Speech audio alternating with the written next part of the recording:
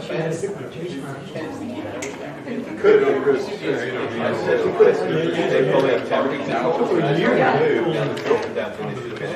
the thing's probably not draining, it's back to all the way up. It's 24.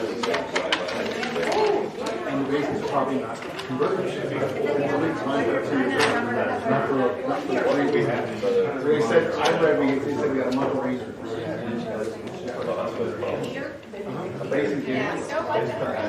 Basin is on pretty sure.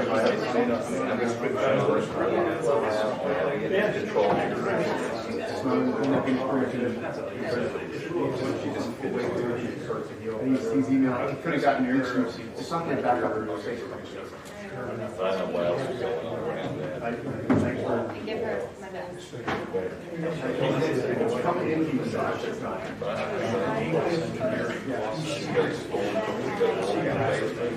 Okay, enough in it, I don't know.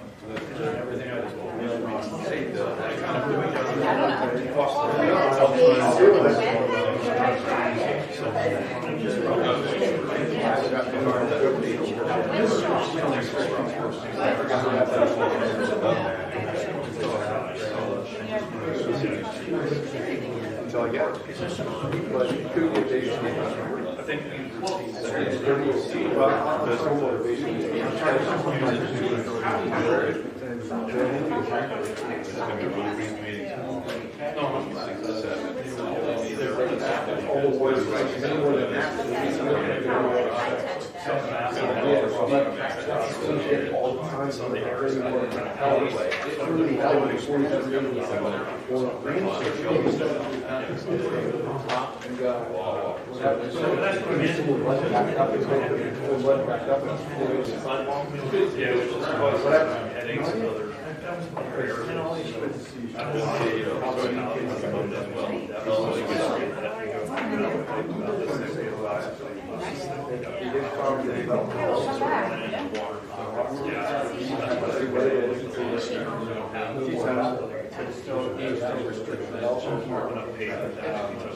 Dude, a lot of places like How are you?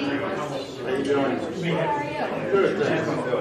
See our article? Was that? See the article today, the front page?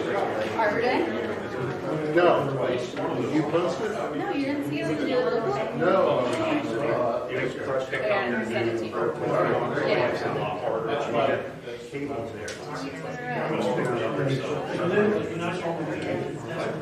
I went over and I saw that everything was planned. It looked great. I know, it was really awesome. Yeah. Well, that's the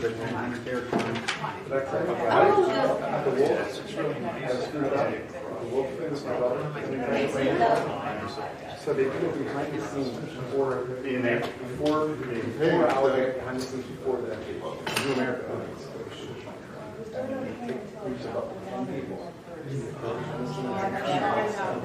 I went on the website for one was this last.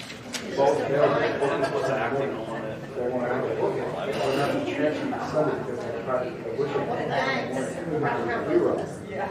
So we got up early Sunday morning, go out to breakfast, and go to the parking lot for the he's there, but the door is there.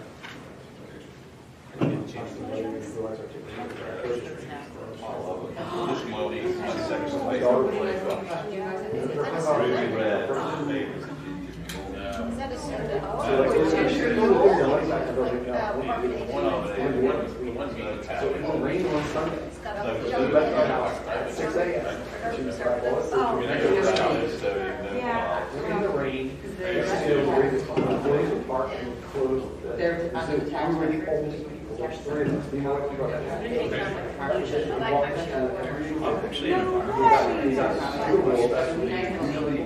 Is this to do with your feet? No, there you get to go. How did you feed the wolves? They had a curiosity. So you walk around the side and you follow the fence and you leave them. You get them go through the fence and you walk around the side down the river house the creek there. You stop and go back to the back and they call it. No. Round and Yeah, she told me. little meatballs. just throw it, and there's three of us, throw it over 3 times. When I try to get them to separate, and then they start fighting again. And because there's only 3 of us, you got to throw like 4 or 5 balls. I think each time they got a little back. Now we went over the mountain line. It's got the mountain line. He goes right. With the line, you just walk up the road. We're here, it's fenced. So we're that close to each other. Yeah, it can't hurt. They take that one beat and it's put 30 with up. Sometimes I was just straight up right there, like, you're too far away from us. She was supposed to tell me to say it, but she got tied up. I suggested she call you, because they said she could. But we got home, we were sitting there at 4 o'clock. Let's go I'll figure it out. Yeah. Thank you. We went up there and drive around. So we went over to watch. We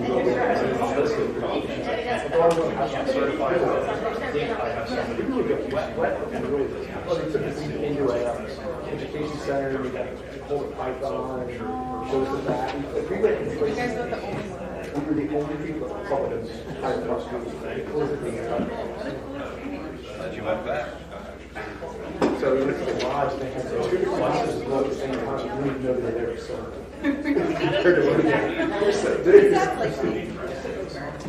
Yeah. Chris, you ready? Yes, sir. Hey, good evening, everyone. Welcome to the West Goshen Township Board of Supervisors meeting for Tuesday, May the 2nd. To start the meeting, will you please stand and join me in the Pledge of Allegiance? I pledge allegiance to the flag of the United States of America, to the republic for which it stands, one nation, under God, indivisible, with liberty and justice for all.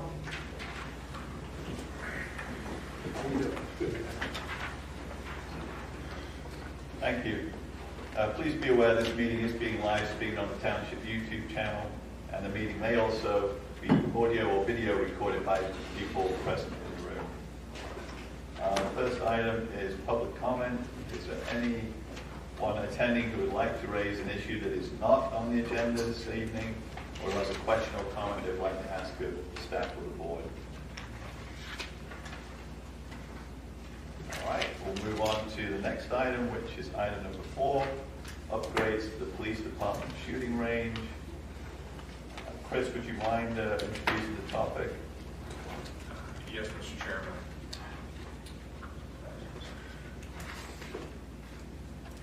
Before the board this evening is discussion regarding maintenance and upgrades to the shooting range for the West Goshen Township Police Department. Recently, it's been brought to our attention that the shooting range is in need of repair due to a variety of noted safety issues. Dave Woodward, our Public Works Director, and Mark Berlon, our Street Superintendent, did outline information of potential costs for the work that would be needed. The attached spreadsheet has been provided before the board and outlines an estimated cost of just under $30,000. The information has been reviewed with Chief Carroll, but these costs are not definitive and may change prior to work commencing. We did send the plan for the repairs to Carroll Engineering Corporation to evaluate, but the structural engineer in their office was out until yesterday, so we're still awaiting the results of their review. Dave, I don't think we've heard anything back yet. No. We've not received anything back from them yet, so we're still waiting for those results. So the cost may change depending on the recommended quantities for the project. And looking at the estimated costs in the township's 2023 budget, there was an allocation of $23,000 that could be utilized towards this project, but this also includes the ammunition costs for the police department, so this would need to be authorized by the board for the repairs. Is this cost assuming Public Works is going to do all the labor? Yeah, we're going to do the Okay. They're not going to slip out? No. But for safety reasons, we wanted, for structural safety reasons, we wanted Carroll Engineering's office to review it to make sure it was the best possible design. Questions from the board for Dave? Yeah, Dave, looking at the estimate sheet here, there's a number of items here for equipment rental. Man lift, full-size excavator, 1-yard concrete bucket, a track steer, skid steer, and a rock hound attachment. Are any of those items there we have available for the township, or do we have to rent these? No, we have to rent them because we don't have any of that. We don't have any of these? We don't have any of that equipment in-house. What's the skid, don't we have a skid steer? We have a tire skid steer, a rubber tire skid steer, Yeah, but it is so soft down there, we would just run it up and sink and it would be horrendous. yes, you need a track then. We need track to get in and out, make the cleanup a little easier, be able to move around. Is the 3 weeks a conservative estimate? Is it more like to be a couple of weeks? What are you thinking? We're thinking 3 weeks with weather, but, you know, if we get weather like we've had, that could go. Why are these highlighted? That's just, summer for, like the skid steer is a 3-week rental. The others are either daily or weekly. Yeah, one's a 3-week rental, the other's a per week. Yes.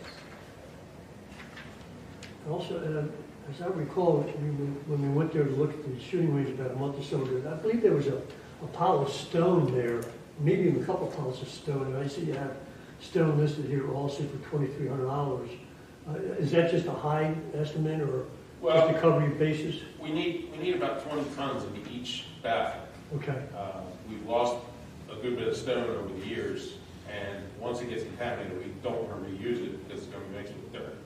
So anything that we can reuse that's clean, we will. That tonnage estimate there is for if they were clean. So we know we're going to be a little under that, but we don't know how much. So you're just, this is just just to cover your bases here. Would the beams that were there now have the stone in it and then the mesh, I think the top of that wasn't it, the wire? No, So the overhead beams. you have the uprights, and you have the 2x4 treated lumber on the front, and the original design was for T111 on the backside. T111's failed, so the new design is actually to put 2x lumber on both sides And then it's filled with stones. and fill with stone. Yeah, with the wire mesh inside. No, there's no mesh. Oh, just the stones, okay. Is there a better design today, or they're still using that same? That is one of the approved, there's a couple different approved designs. That is still one of the approved NRA designs. Do you think that's the best one compared to the other ones that are out there now for design? I mean, I'm just looking at, we should reconfigure something else. We were looking, Chief Carroll actually found a rubber material. We were looking to try to cut the weight down, because that's a lot of weight hanging Yeah, out with the there. stone, yeah. We were looking to try to cut the weight down because it's a huge wind load.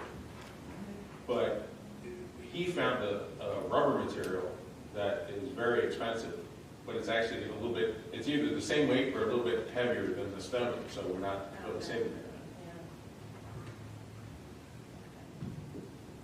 And that's part of actually one of the things Carol's actually looking at, to see if they can find a miracle product that we can. Okay, that's good. Just look at other options. And all the lumber obviously is pressure treated lumber, correct? Yeah, No more T111. no more team. Okay. Any other questions?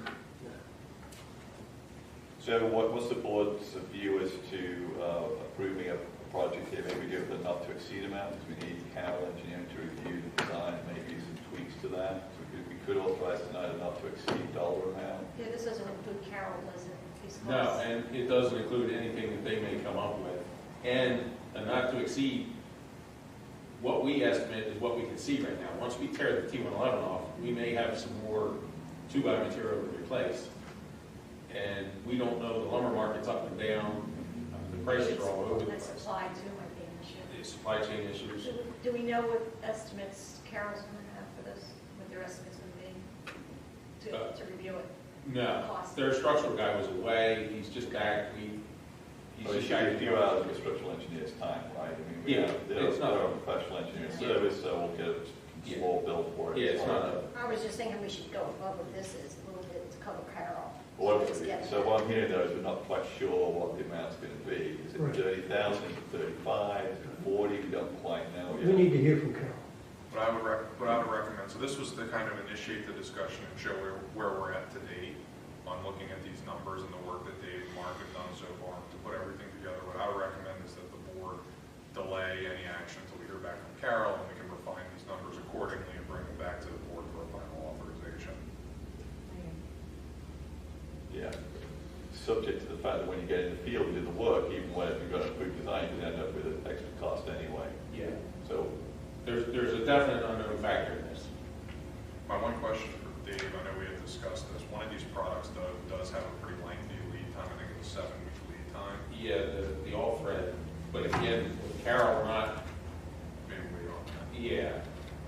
well, I'm assuming we can have this on the agenda again for May 18th meeting, so, or we can do this. Yeah, we May 18th. Yeah. So we can circle back with Carol to see if they've had a chance to review it. And then it would either be May 18th or your first meeting in June at the latest. We don't even know when we can actually start yet with the equipment. We don't know if it's available, right? No, well, none of the equipment is out of the realm. I mean, it all should be pretty well available. Okay. So we could start in June potentially if this is on the May 18th schedule? Well, the holdup is the all thread. If we go with the design that we have right now, the all thread's a 7-week lead time, Okay. as of 2-3 weeks ago. Okay, so July time frame. Okay. So I'm just Which will looking- actually help, because hopefully it'll get a little drier down there. And it'll make the project a little easier. So I'm just concerned from a safety standpoint, that's all. Sooner we can get it done. Okay, so it sounds like we're going to wait for Carol and June to come back with confirmation of the design, either by the May 18th or the following meeting, and can give approval for a dollar amount with understanding that it could be some extra cost when you get in the field. Yeah. Okay. Sound like a plan? Thanks. Next is agenda item number 5, false alarm fees for the police department. Chris, you can do some research on this. Yes, Mr. Chairman. So as follow-up to a previous discussion related to false alarm fees, I did some research on surrounding communities. Currently, the fines associated with false alarms are outlined in the township's fee schedule. The rates are, for the first, it is a warning. For the second and third false alarm per calendar year, it is $50 per alarm.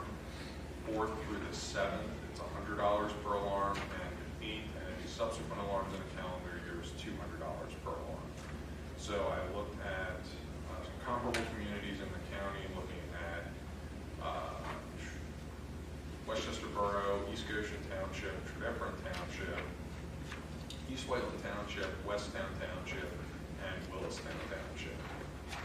In looking at a lot of these fees, while the township's fines are on the lower end, I would say they're not too terribly out of line, but they could stand to be raised a little bit based on the research that was conducted.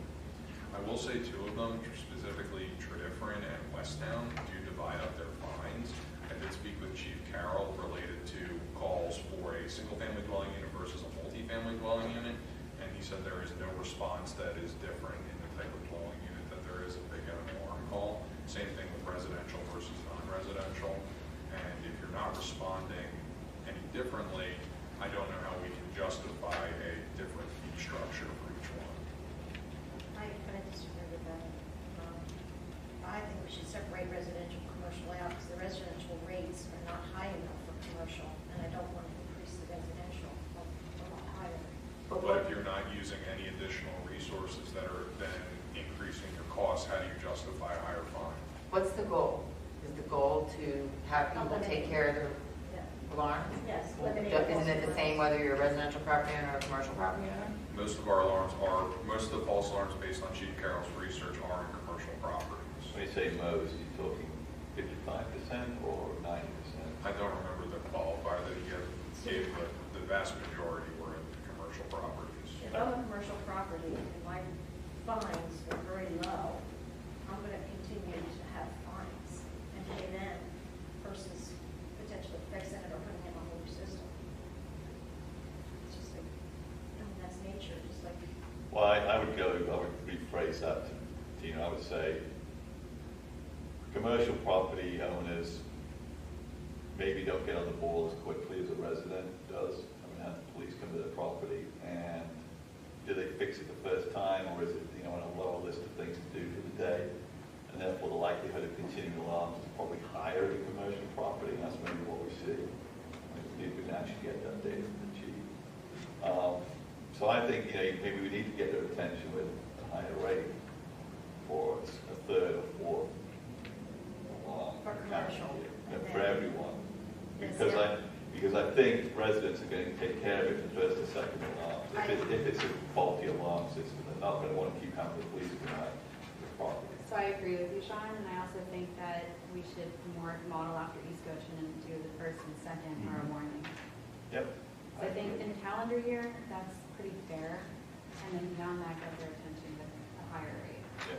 See, I like traditional single family in West Town's non-residential. But again, I go back to your fees. Your fees or your fines in this regard should be looking at your costs that you're incurring, and if you're not incurring any additional costs for the response in terms of human capital, I don't think you can justify it. We had gone through probably several months of discussions within the coalition of the fire and EMS providers about our fee schedule. We ended up adjusting them, with the whole idea being this is not a way of generating revenue for the township, but rather it's to develop a fee schedule that would encourage people to change their behavior, to eliminate these false alarms that our fire companies were having to report, go out for. And they were going out for like maybe over half of their calls were for false alarms. And this was consistent, you know, over the months and even over the years. And looking at the false alarms that the police respond to, it's consistent every month. It's like 50 to 55 alarms that they respond to, of which the overwhelming majority are false alarms. Maybe 3 are valid, but all the rest are false alarms. So again, the whole idea and the reason why we're having this discussion is what can we do to change people's behavior so that we're not having our fire and EMS and our police department responding with false alarms. I'm going to throw this out to the board for consideration. Why not adopt the same fee schedule that we adopted for fire and EMS for our police? Can you remind us what that is, Chris?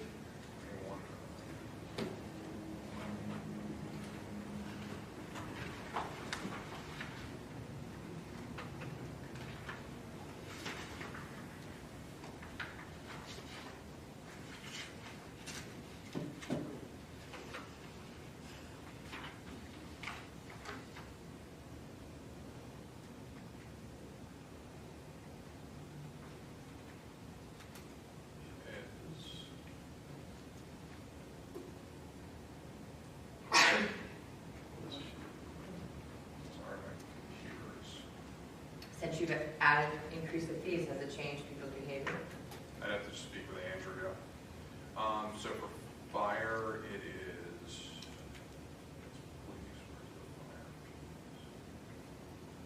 It's on page 8. Do you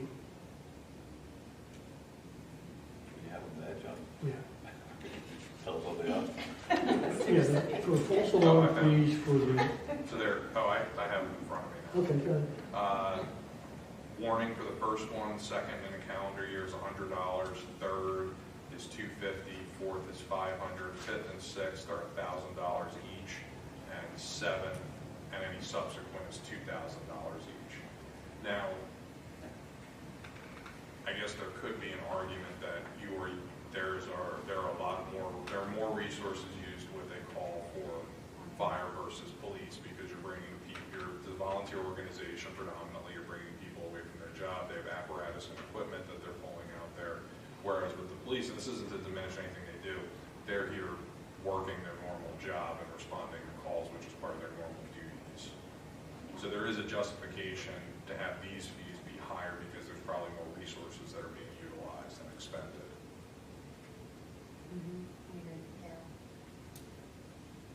Okay, So how would you diminish the amount of the fee? By half? I agree with Vice Chair Gagne that the East Goshen model is probably a good model to use. Based on Chief Carroll's research, he said that very few go beyond 2 in a calendar year on the residential side. So if the goal is not to impact the residents, if you set it up so first and second are a warning, it's pretty consistent that they're going to correct the situation.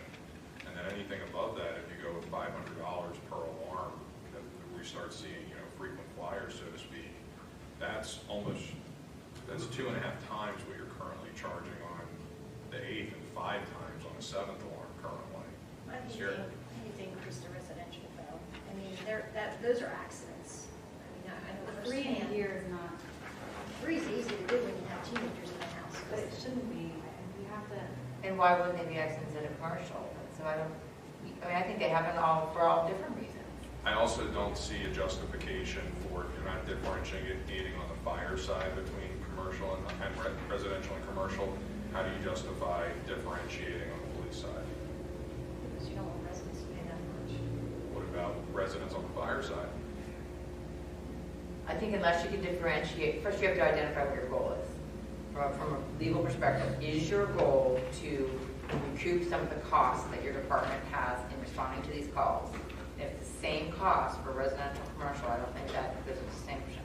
If it has nothing to do with your costs, it's simply to deter these alarms and therefore encourage somebody to take account of it and take measures to fix it, does it make a difference whether it's residential or commercial? I'm not sure. I'm just throwing it out there as, one of the things I would be concerned about is if you do it on a commercial property, if it's a multifamily building, for example, do they just then take that cost and up their rent?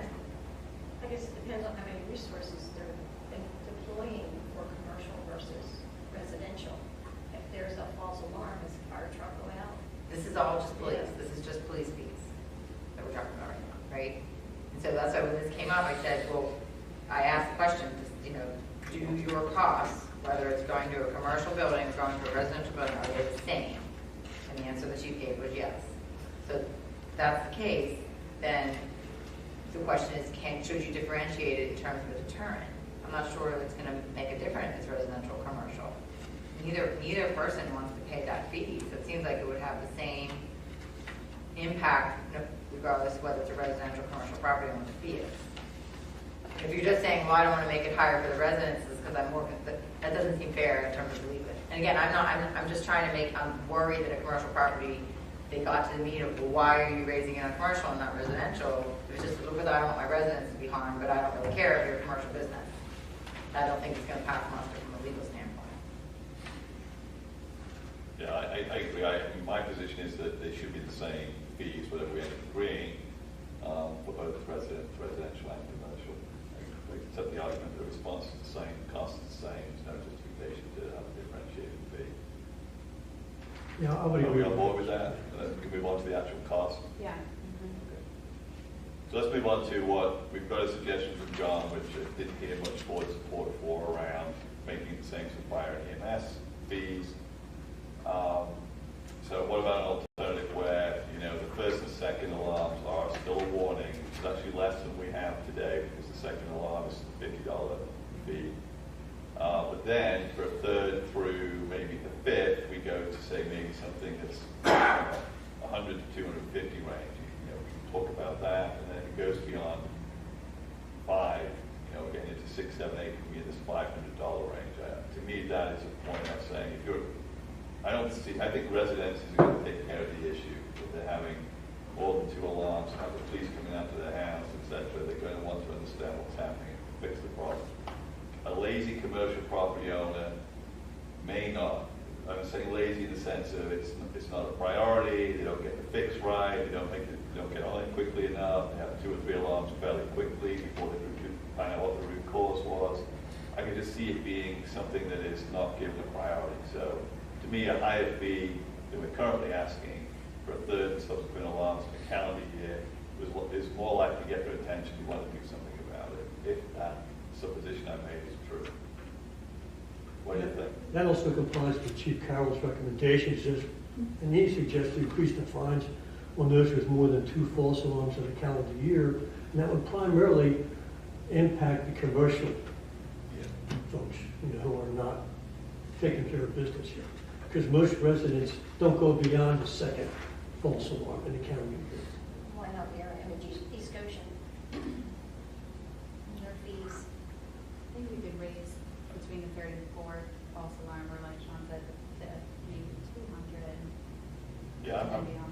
going with East Goshen, 1 and 2 is a warning, the third one is 100, the fourth one is, maybe we jump it up to 250 at that point, for the fourth and fifth, and then 6 and higher is 500. I have a question. How would that work if we're doing assist? Say we're assisting with another police department, East Goshen or somebody else. You know, I mean, like they're responding, we're not responding, we're somewhere else. Or you mean our police is supporting a different township? You know, or the opposite. Like, it would be applicable to our fee, we're not charging fee to an East Goshen resident who needs an assist, right? I'm Do just they asking a assist question. for alarms? Yeah. So you would assist in another area potentially, and that would be considered a thing on West Goshen's false alarm? Or we can't? No, I mean, they call us back, when we get back going, this is like this. You know, then we call them, they help us. It's just, I think we're responsible, say, for our report here, we're like, was it a false alarm, valid alarm, as they do theirs. So if East Goshen comes to respond to an alarm in West Goshen because we're not available, we would mark that on our books. Yeah, we still, right, we still do an incident alarm, a police alarm report, and then based upon what they tell us, yeah, whatever the circumstances were, the alarm, that goes into that report, and it's determined valid or false. Okay, and the opposite is true too, that East Goshen, we respond and put it on our books. But yours isn't written that if only, I don't think it is, that it's only if your department responds that you can assess the fine. Right, we I don't think- want that. Yeah, I think you should be able to assess it even if it's East Goshen that Right, responds. that's fine. Because again, if the goal is to encourage people to make fixes, Right. it doesn't matter whether it's West Goshen or East Goshen coming, Yeah. right? So, It shouldn't matter. I just want to make sure it yeah, was that way. yeah, it doesn't. Okay. Because so the proposal was, the suggestion that I made was first and second alarm is a warning, third alarm is $100, fourth alarm and fifth alarm is $250, and 6 and higher is $500. Is there any support for that? So you're not going with East Goshen? No, I'm not trying to pick someone else's, I'm suggesting that from here, Sorry, this so is 3 is 200? 3 is 100, 4 is 250, 4 and 5 are 250, and 6 and higher is 500. I support that. Thanks, Ashley. John, would you? Yeah, I'll go for it, yeah. I think we need to change it, and then we'll see how it works. If it doesn't work, then we'll tweak it again. I'm fine with that. I mean, it's a shame we don't have the data for how many properties are seeing 3 and more in a year, how high they go, because that will at least know whether by raising the fee amount on the, third, fourth, fifth, sixth, whether that would be more of a deterrent to trying to get the solution really resolved, try to get the problem really resolved from these commercial properties that Chief said are predominantly. Yeah, I think that would, But that's what we have, so. We need a motion on that? Yeah, so I'll make a motion to change the police response fee, false alarms, to what I indicated, so I'll repeat it again. And is there a second? I'll second. Motion to second. So, any final questions from the board? Any public comments? When will this become effective? I will update it tomorrow and put it on the website. Okay? The board has spoken. All right, let's take a vote then. All in favor, say aye. Aye. Is there any opposition? Hearing none, the motion passes 5-0. Thank you.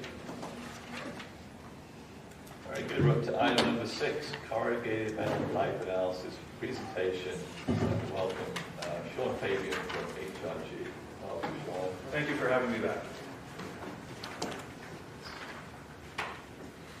So we have a letter Click from. the button now, so it's up.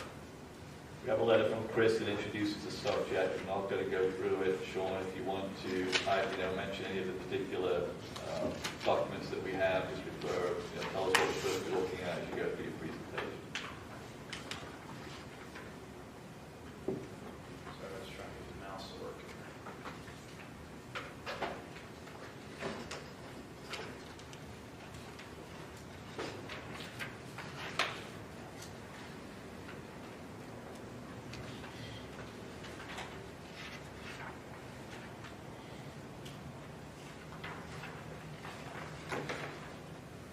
thanks for bearing with me when I got that up on the screen there.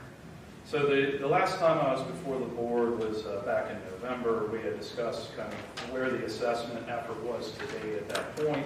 And since then, we've had a meeting with the staff and kind of walked through what we felt was missing from the U.S. Army Corps data and what we could and could not evaluate.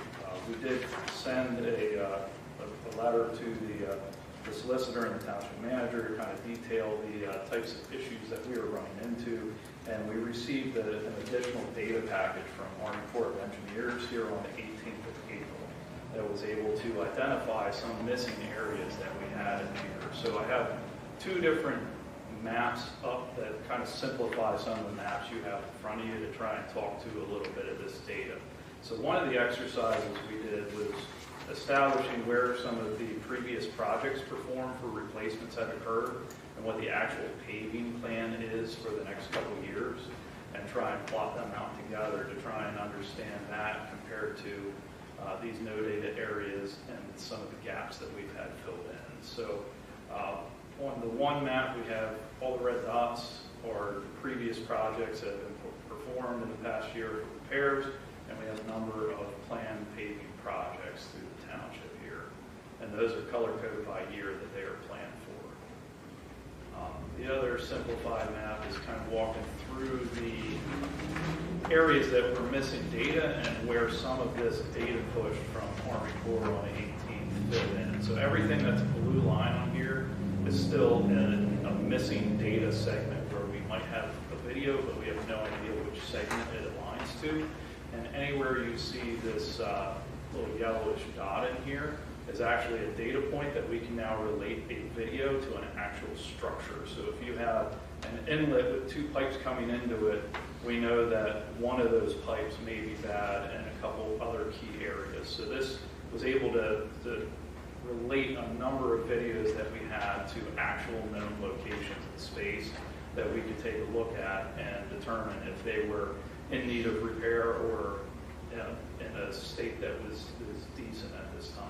So with this data push, we've actually identified another 2 projects, potentially in addition to the projects that I had listed in the other map that have issues with the pipe as it currently stands. So you can kind of see how we have scattered through here that a number of these missing locations have been identified, but we still have a good deal of sections that have known issues that apparently we don't have good data on. So in meeting with staff, we identified 2 areas that were in these kind of missing segments that have been problematic, that it would be worth identifying a project in those areas as well, in addition to the other areas that we've identified so far. Could you highlight those on this diagram? Sure. Yeah, so highlight where these other 2 projects. Yeah, so there were little green diamonds. Let's see which one there. What about the unknown data? Is there any way to get that data? We've made every attempt to solidify that data. So I believe right now with everything that we reviewed from this most recent push that we've identified everything that we're probably going to at this point. So the best way to move forward is kind of use the data we have, accept the input from Public Works on some of these other known locations of issue, and do a little bit of field investigation just to kind of verify and give us some peace of mind that what we're seeing in the data is in fact what we're seeing in the field, to identify the best course of action before we move forward with pulling together large cost estimates. So one of the things that I struggled with when you're trying to estimate costs is, what's the threshold of work that you would self-perform versus the threshold of work that you would go out to contract, and the state of the structures in it. A lot of the infrastructure rehab projects that I'm involved with right now have a lot of intensive structure or curbing replacement, which does drive a lot of cost. So I need a little bit more information on the actual road restoration details, which I've since received since the initial packet was presented, and be able to figure out the cost of pavement over the pipe, and then to try and understand kind of what the confines of the work you can do versus what you would bid out would be. And it seems like a lot of the candidates that we found, we might have some good lining candidates within that, which would be better than pulling the pipe and trying to restore everything. And we want to kind of differentiate based on the issues we found in videos, if those are still the conditions out in the field, because some of these videos are back from 2019 or earlier, and then verify, is this a full pull in place, or can we line it, can we do something a little bit more cost effective in some of these areas. Can I ask a question? So the areas in blue on that map that don't have any of these yellow dots, we have no data for yet. I have no way to relate videos we've reviewed to where they exist on the map. So we have videos that we've received of the pole camera that we have reviewed and assessed, but I don't know how to bind that assessment to a pipe in space. We have review video. Those blue areas, can we review video? So let's focus on the projects you've identified so far, and then we'll talk about. Yeah, so if you see these little diamonds here, these are the two projects that the structures have identified. A pipe going into these structures has failed. This is from the most recent batch you're talking about, information. Right? Yes, this is from the most recent batch that we've assessed. Where is that? We pull that up, I'm just trying to figure out, is he pushing or is just cutting?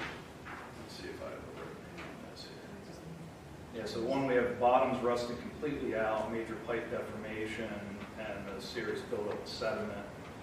And then the other one is major pipe deformation, where it's angular, and there's a giant hole in the top of the one. Well, those like Owen Road and Greystone Drive to me. Yeah, so here's the bypass. One of the This left, gives you a major. one of the left is North Hills. Yeah. Okay. Greystone Drive. That's Owen Road there. That one on the left. Isn't this Yeah. North Hills? Yeah, Here's that's crossing, North Hills. there's the pond. That's Greystone Drive. That's the old Greystone Drive. It's when Mr. Wallman lives. So I know this is one of the pieces that was identified in the Carroll Engineering Stormwater study. So there's overlap between the two there. That's good. Okay, well, thanks for that, Sean. So these were two additional points in addition to the 12 that you'd already had on the previous. Correct. And then there were two more then that were identified from Public Works in Fresh Meadows and Stony Brook subdivisions. So those are worth evaluating as well. Yeah. So at this point, based on the information you have had, that you've been able to map to certain locations, you've identified 14, plus maybe a couple more from Public Works. But the video from the pole camera, there isn't a full look down the entire section of line, but it's limited to what it saw in a certain, Correct. certain length. Of areas that we should potentially say we need to get on and either clear the line and fix penetrations, or potentially need to replace where there's some, a couple of them may have had completely corroded bottoms out, or maybe some that are actually worn but were candidates for lining. Correct. Is that a fair summary? That's a fair summary. If there's 12 projects, we don't know how extensive really the size of the project may be individually, because we've only got a limited view of data. We just know it's bad enough to go in. That's the main struggle that I have. If I have two structures and I put a camera down both and I look 10 feet up either end, on a 20-foot long pipe, that's a pretty conclusive evaluation. On a 300-foot pipe, We don't know. that you can't really see that far, especially if there's a major sediment buildup on the one end. You're not seeing into the pipe very far at all. So that's the one concern. If I have a 300-foot run and the 10-foot I can see is terrible, do I know if the in-between section is also terrible, or is that decent shape and the repair is smaller? Okay.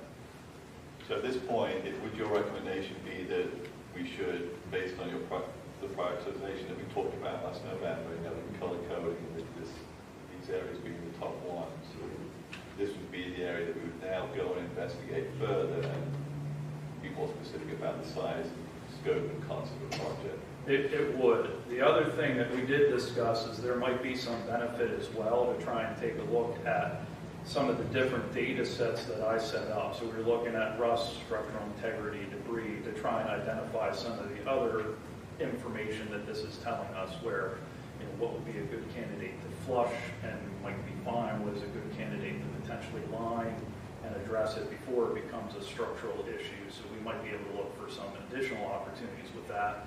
And that's what I've been doing the past 2 days here, is trying to determine the best way to identify those other types of opportunities. Are all these 12 considered structural issues? Yeah, so all of these are either pipe is crushed, or there's some deformation of the pipe where it's squeezed, or there's a significant enough solids build up because of these other minor issues that it's now not passing water. The bottom's completely rusted out on a couple of them. You have some major sediment buildup, penetration repairs, chipping at the joints where you're getting sediment in at the joints on several of these. So they're all kind of failures of that nature. Of these 12 projects that you have listed here, are any of these requiring immediate attention in your opinion? Any pipe danger that of has- failure? Yeah, any pipe that has the bottom rusted out has lost all structural integrity. So those are definitely of concern. And you've got ones that are completely crushed, right? So They're completely crushed or difficult to, yeah. they're not passing it up. Correct. Okay. Dave, what's your view of the 12 priority areas? Have you been able to look at them and say, hey, yeah, that kind of fits with where we know we've got it? Yeah, we know we've been in most of those areas making point repairs. What's your view of whether what we've seen on the pole camera is likely to be much more extensive further down the line, or it could be more localized to just the inlets that you've seen on the video that Sean's now analyzed? With what I've seen over the years with this CMP, the first area of failure is right at the inlets. Yeah. But the second area of failure is all the bands. All the connecting bands are the next ones to go. And without running the camera down, you're not going to know. So if you're making point repairs, doesn't that mean that it's extensive? You can make even on one of these lines that we can line, similar to what we do with sanitary. We televise it, we know at 35 feet in, from 35 feet to 55 feet, we need to replace that piece of pipe. Then once that's replaced, we can run a liner through the whole line. You use the replacement just as a form to hold the new liner. We can use the same strategy with this pipe. So would you recommend, Dave, that what we need to do now is visit these 12 locations and do a more extensive camera down the whole section? Is that the next step, or is it? Next step would be to go in there, jet them, vacuum, and get a good camera. Because you can't, without jetting and vacuuming, you can't see what's in there to make an accurate decision. Are you okay jetting a line that's corroded completely away? Oh yeah, I feel really good.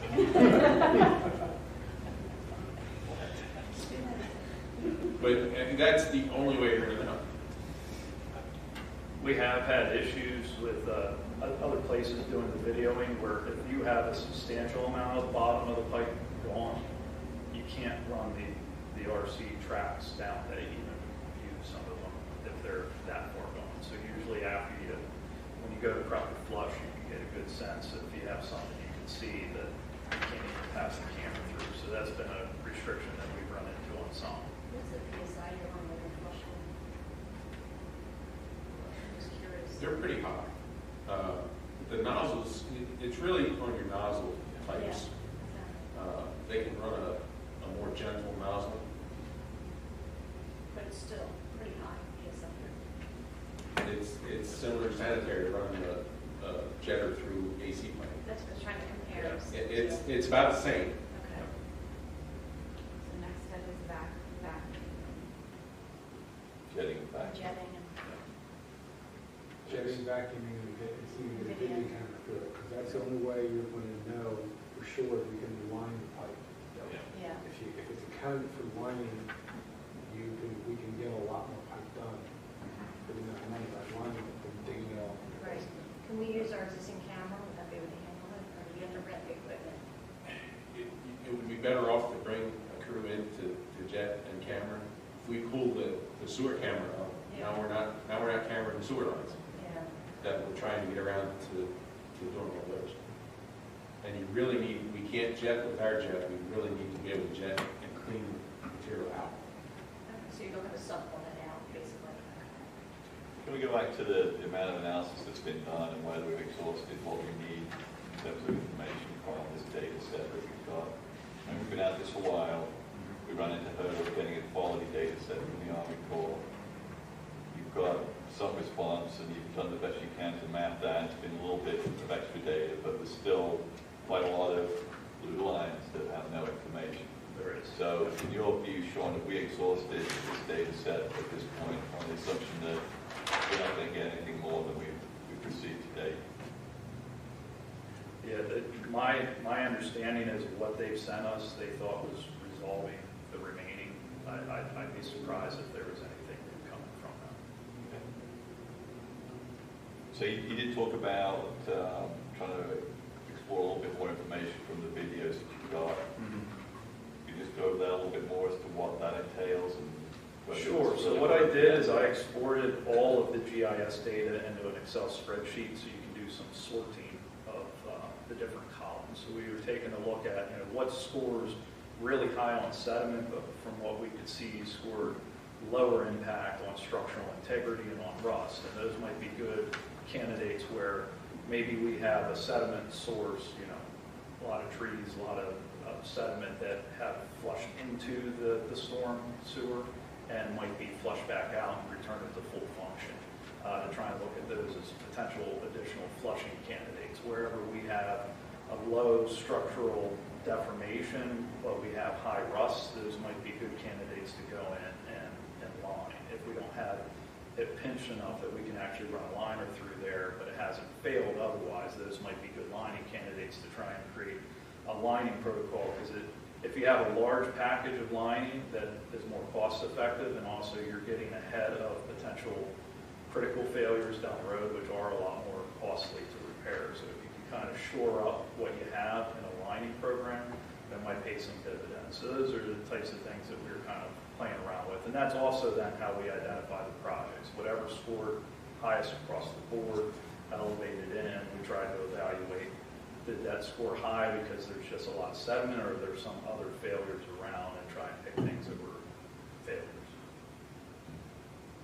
I mean, it sounds to me like the 12, 14 projects we've already got is certainly plenty to have on our plate already, given that there's structural integrity issues with those projects.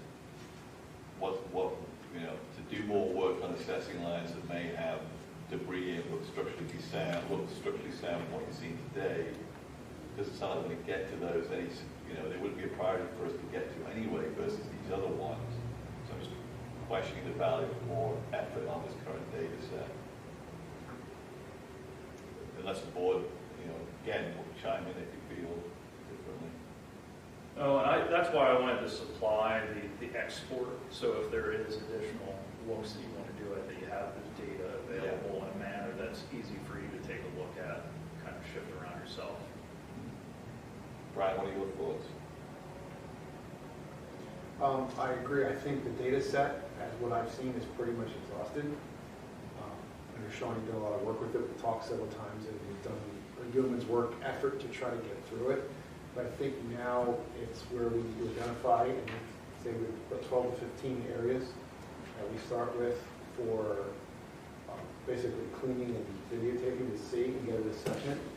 Those areas might be candidates for replacement, they might be candidates for lining, or when you clean it, you may just find that it's a very short project right by each end, the middle's fine. You don't know, because the pictures that he has in the videos is basically a camera that zooms as far as you can see and then comes back out. That's the video. It's not the video of running the line. That's only as far as the pole camera can see from where it's set down.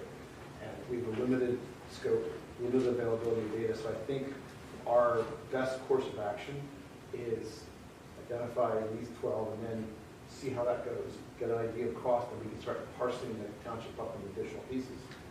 The more we can line to keep in the ground and use as our existing structure, the less you're going to dig up and put out and spend money for it.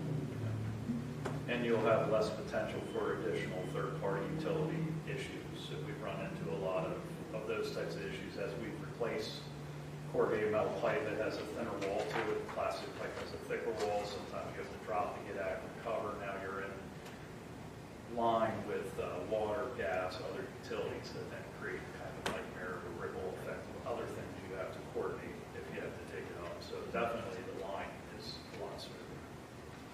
Does the board have any questions for Sean? One other question, the list of 12 projects you have here, not including the other ones that you've already come up with since then, are they listed in order of critical attention that should be addressed to them, or are they just randomly listed? No, I actually did kind of grid sweep through the map, so I tried to, from top to bottom, list them all. You'll find at the very top, though, I found in the top right corner an additional one, so that became number 12. So they're just listed in order of, how I kind of went through the map and evaluated. Okay, so there's no other. Okay, But we so just- can, if you'd like to know kind of the ratings of scores, I can dig that out of the Excel file. Well, might give us a roadmap and how to proceed at this point. Yeah, kind of hit worse first. Yeah.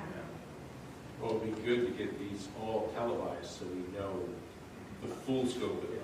I think you should wait to prioritize until after we do Yeah. cleaning television. No, That do could the change. camera and the cleaning first. Yeah, Yeah, that But could then change your, look yeah, at what just we to see, take what he has down. and then. Yeah, because that full CCTV video, that's going to tell you really what you want to see. That'll tell you at every band where we have critical issues. If there's a mid-structure crush we couldn't see from the end, we'll get phenomenal But data. is there any one of these projects you feel that should be on the top of the list? We should be jumping right on because it could be in imminent danger of failure. So with the circular pipe, you kind of spread the stress of any vehicle riding over top of it through the whole thing. When you lose the bottom, there's nothing to push on. Those are your most concerning. Anything that has a completely gone, rusted out bottom, that's where I start losing roadway into some So stuff. you have several in Judson Drive, Ward Avenue in 2 Because locations. there's going to be a lot of number 1 priorities. Well, is it the starred ones that we're just looking at? They're the yellow circles with the numbers on some of these. So the ones that we were talking about down in Ward are right outside the airport here, and they were rated the worst. They're coming up. CPS transfer, right? Yeah. They're the ones that are missing the bottom? They're the ones coming up in red, yeah.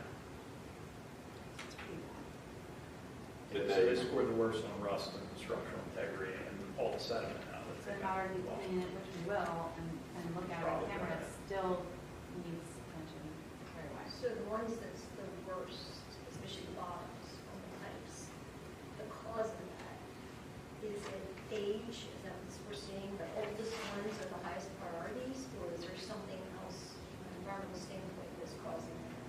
No, it's not an environmental standpoint. The older CMP is actually better because it's a thicker pipe. The stuff, what we found, the stuff that went in mid-late 80s, like all the stuff up by Sean, we've been replacing, is a thinner wall pipe. And back in the 80s, there was no inspection. So contractors were laying this pipe right, instead of bedding it in stone like it's supposed to be, it's just laying right in the dirt. Oh, okay. So it's laying right on clay, so it's wet on the inside, it's wet on the outside, and it's just rotting out. Okay, so it's kind of like the insulation and the material used at Yeah. the time of construction. Yeah. Some of the older pipe is actually in better shape than the newer pipe. There's better construction, type of material they used back then. And globally, from doing this kind of work for the past couple of years, I also find that the more frequently it's wet, dry. So if you have a lot of groundwater in a certain area, that tends to eat through a lot quicker. And as he said, you get direct contact with dirt that will sometimes erode it quicker. We also find too, if they didn't do the banding properly, sometimes you'll have separation and pulling, and you'll have a lot of failure that come in. Lots of cover issue. So if you have cover issue and you have squishing and degrading of it, or if you have overly heavy traffic, like tremendous truck traffic, and it was set, even at depth, you might have too much weight coming down and start to deflect the pipe. So it would be environmental factors too. Yeah. Dave and Brian, so the 12 projects have a total of about 1,700 feet pipe. What's the ballpark ask Sean for a ballpark price. We haven't bid it out. He asked me, and I reached out to some of my coworkers, so the latest project that we bid out for Flushing and CCTV was for all the infrastructure in the borough up in the Harrisburg area. It looked like they had a cost differential by the size of pipe where things started climbing the bigger the pipe that you had. So from the evaluation that I did here this morning on this, it looked like your average, like worst case price from the lowest three bidders was like around $18 a linear foot, but that was like $4 or so on 15-inch pipe and climbing as you had bigger pipe. So the size pipe you have in here, even if we went with that, $18 a linear foot should be a good cushion on whatever you're going to end up bidding that out for. So So let's say it's 2,000 times 20, that's $40,000 plus for the bigger pipes too. So maybe a $50,000 effort to say, okay, we know which ones we can line, we know which ones need excavating, we know which ones are completely gone and number 1 or 2 or 3. Yeah. And identifying the lining candidates could Yeah, easily make that a worthwhile investment. exactly. well, we already know 6, 7, 12 are pretty bad. And I've had liners hit with the rusted out bottom, so I've had some that have done flowable fill to fill up enough that then they can send a liner through. So it really depends on what kind of structure the pipe still has. They still have some tactics that they can utilize to try and salvage it. Tina, the pipe does not have to be completely there to be lined. There's different types of linings, and different types of lines, depending on what you use, can get away or can use a pipe that is missing. That's the As long as material you there's showed in P-sets. Different material. Okay. That material is what they're proposed to do. They actually have to crawl in and do that by hand. There's different types of linings that companies use, and we would have to either, if we go down the lining path of the township, we would bid spec of either a certain type of lining or just bid it as generic and let the contractors come, because there's like a spray lining where they go in and actually spray the inside the pipe. There's some where they pull up, and there's other different kinds where they pull through it depending on what the material is, and what they pull through the pipe.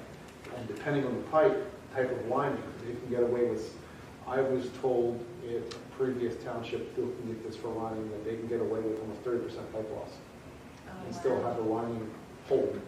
So just because the bottom's not there doesn't mean they can't pull a lining in it. Yeah. But you will know enough of the lining until you actually do the work. Right. If you use, and we've used the product before, Snap-Tight. Snap-Tight is the factory unit. It's actually a pipe that you slide through, and as you're sliding through, you're connecting it, and it snaps together, hence the name. And then once it's all in, they bulkhead both ends of it, and they'll put a fill material around it. So that'll go down in and fill any voids underneath or on top. So they'll cover the seams then too? Yeah. Where the pipe. Well, the seam, when it snaps together, it's watertight. Okay. When it snaps together, it's watertight. But then when you get the infill material, that'll fill any of the voids. So a question, so the 50,000 would just be for these 2 areas? Is that what we're saying? The 12 project. As well. For all 12? Yeah. Okay. Yeah, we're estimating about 1,800 linear feet of pipe. Round to 2,000 and about $20 a foot average cost. Okay. Plus 10 for bigger pipes, or whatever. So, Dave, Brian, and Chris, does that sound the next step to you? Is that what you're looking for the board to kind of understand is the next step at this point? Yes. And do we believe, staff-wise, that we are exhausted the analysis of what data sets we have at this point? Do you support that? Given that it's going to get transferred from HRG to this Excel file, you can always go in down the road and look at other permutations of things you can do, other parts of it as well. Yeah, I believe so. Yeah. Now, I think in terms of paying for the televising and that component of it, the $50,000 cost that's been discussed, we could utilize a portion of the available funding for our ARPA fund, which had been planned to balance to be used towards CMP, so the board could allocate money from the ARPA account towards that component of it, if desired. Yep. What about the other 2, the 14 total? What do we do with that? Well, Tina, one of them is in North Hills, which has already been in the study, in the Carroll Engineering neighborhood study that they did. So if you want to add that to this, you can, but then it's kind of switching it from the hearing of that. Okay. And then so that one on Greystone could be added to this, and we could put together a package and put it out to bid for, and that, or we can go through CoStars. I think I'd like to add Greystone to it. What was the condition of that, Greystone's? Sean, Pipe? Greystone Pike, the Which one one was that? That the was- one on the loop with the green star. Yeah, the ones with the right. Yeah, so I was looking at it, looked like there was 3 of those. I can provide this to you, but it looks like there were 3 main areas that were flagged, and one just has structural rust that looks like might be that Greystone one you're talking about. There's another one on the east side of the highway that has the bottom rusted out and pipe deformation. Okay, so they're in the same category as the 6 here. Yeah. So I think we should add that to the list. So it's this one and this. Yeah. Greystone, yeah, Greystone I would, I don't know if North Hills. No, I agree with you. Because we're looking at, that's part of the one. Right, separate. Yeah, so we had 1,717 just with the 12 here, so I'm assuming he was rounding up the 18 to get those other ones you were identifying. And I just rounded it up to 18. Oh, yeah, just, Yeah, we just rounded where it's easier. Math, made the math easy. smart, yeah. So we're looking at 13. 13. Look at the Yeah, I'd say from Public Works that you know about, plus Greystone Drive, plus the 12, that's, Because the 2 areas that are high importance to us are Fresh Meadows and Stony. and then on this 12, right? No. Yeah, so you've got 15 in total, then. Yeah, I think they should all be added to the list then. 15, What fees go? managing government. So do you want to do co-stars or not? Do you think, I mean, you've been impressed with the lining contracts we've had with co-stars? Lighting, I'd love to do through CoStars, but I don't know, I know we just did some backing with CoStars. I'm not sure about televised. So you can direct the way to go on that, we look for your Yeah.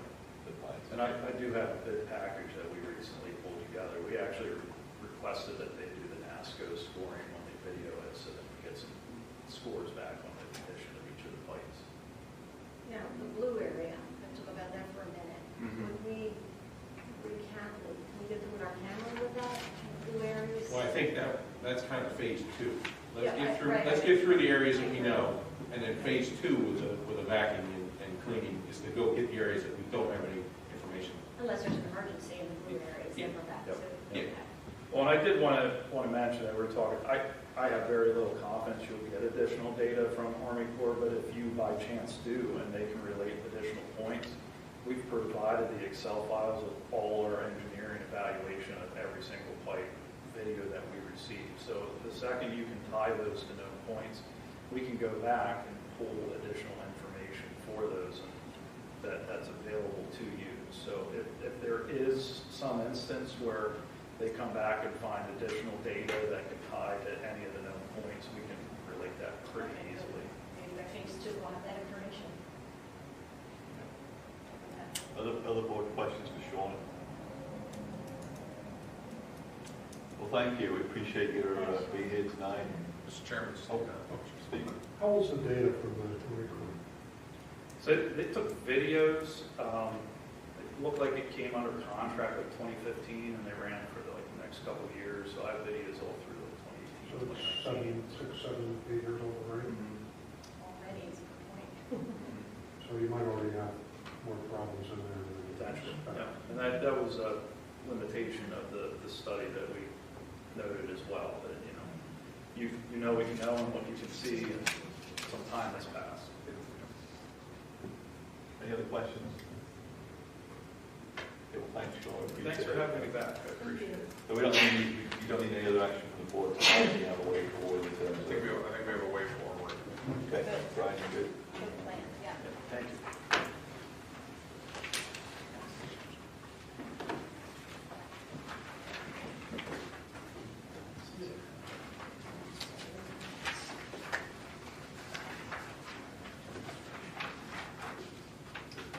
Okay, we're up to agenda item number 7, which is discussion and possible awarding of a contract for pension advisor services for the West Goshen Township pension funds.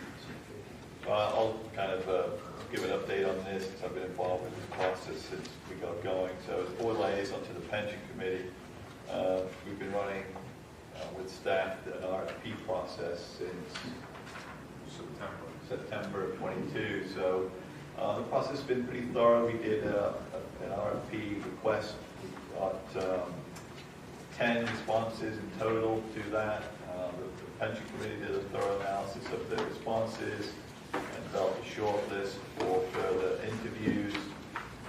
From that interview process, there were then 2 prime contenders that visited on site, had further Q&A sessions, and in addition, there was an additional presentation as well. The outcome of that process was that the pension committee was not unanimous in its recommendation as to who to go forward with as an investment advisor. But although they were not unanimous, there was really no compelling reason to change from Vanguard. So the data that was analyzed in terms of performance, returns for investment portfolios that the other leading candidate had was not superior to what we'd already achieved with Vanguard. Aspects of the working relationship with Vanguard were challenged by the pension committee, but we believe there are ways to, and Vanguard certainly was willing to say, they're willing to work with us to improve the actual mechanism of working with them going forward. So the outcome is that the recommendation really is to stay with Vanguard, even though that was not a unanimous decision of the pension committee members. As Chris points out in his memo, if we continue to have issues or concerns with the way Vanguard is managing our relationship, of course, at any time we could always issue another RFP and repeat the process. So does the board have any questions about the recommendation or the information that Chris provided in the board packet? I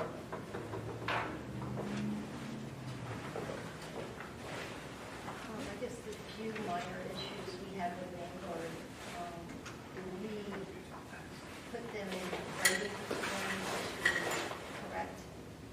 Yeah, I mean, they are well aware of it. They were teed up to them for response. They provided a response in the presentation and subsequent to the meeting, and also at the last quarterly review suggested several ways to work to collectively come up with a new way of working on some of the key issues. So they're being responsive. Chris, would you add anything to what I said? No, Mr. Chairman, I think you've summarized it well. One of the issues also is where the statements or the change in statements, and our finance director is actively working with them on that issue right now. They've been, I will say this, they've been very responsive to concerns that have been brought to I their think that's the attention. biggest issue, is if they're communicating with us and if they're willing to, right any wrongs if there were any, that's important. But I think overall, Yeah, the performance of Vanguard, in my opinion, has been very good relative to the fact that there are constraints in our investment, what's it called, the document that they're allowed to work within. There's certain requirements to keep the allocations of the funds within equities, fixed income, international equities, etc. So given those specific parameters, their performance has been fine. And as I said, the data sets that we got from other bidders did not indicate, someone who has had a better performance than what we've experienced over the 14 years that we've been with them. So personally, as the liaison to the pension committee, and knowing how Vanguard has performed, I'm very comfortable with them continuing.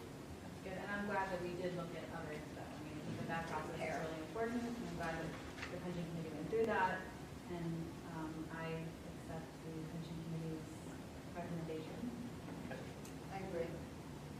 Yeah, it should be 5 years, you have to do that anyway, but Yeah, it's a due diligence it's something you have to do according to the act, so it's good exercise. Very good. So, Chris, we need to make a motion here to approve the appointment of Vanguard as our pension investment advisor for the West Goshen Township pension funds going forward. Yes, Mr. Chairman. I will make that motion. Second. Thank you, Tina. Is there any board questions or comments on the motion? Is there any public comments or questions? Very good, we're ready to take a vote. All in favor, say aye. Aye. Is there any opposition? Hearing none, the motion passes 5-0. Thank you. Next is agenda item number 8, which is the discussion and possible awarding of the 2023 pavement marking bid. Chris?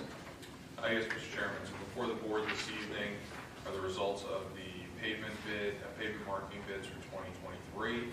The bids were advertised in the April 13th and April 20th editions of the Daily Local News, and bids were opened on April 27th via pen bid. Unlike in past years, there were 2 bids received, Alpha Space Control and DE Gemmel Inc. The low bidder was Alpha Space Control at a bid price of $177,221.75. This is a shared project.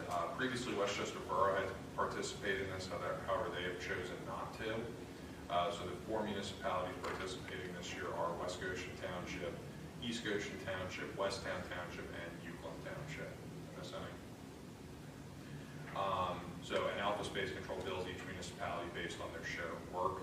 I've outlined the last 5 years for the cost for the board in a memo that's included in the packet, and the allocation in the 2023 budget. A couple items of note, as previously mentioned, Westchester Borough is not participating. Is there a reason why they're not participating? We contacted them, they said they're not paying this year. Not paying, okay. Probably because so many of the roads are ripped up. Aqua is doing Yeah, it's extensive so work. much work in almost all the roads, yeah. And Aqua's repaving it, so. Do you know when that's going to happen? I'm curious. Like High Street is a complete mess Oh, with it's a Marshall mess. Street. I'll forward, I get emails about it and I'll forward them to Chris. I mean, they're public I'm just information. They're curious. not- Yeah. I did provide a copy of the bid tabulation. In addition, I did provide the board with a comparison in terms of the unit pricing and the quantities in the 2022 bid and the 2023 bid for the total project costs, broken out between painted markings and thermoplastic markings.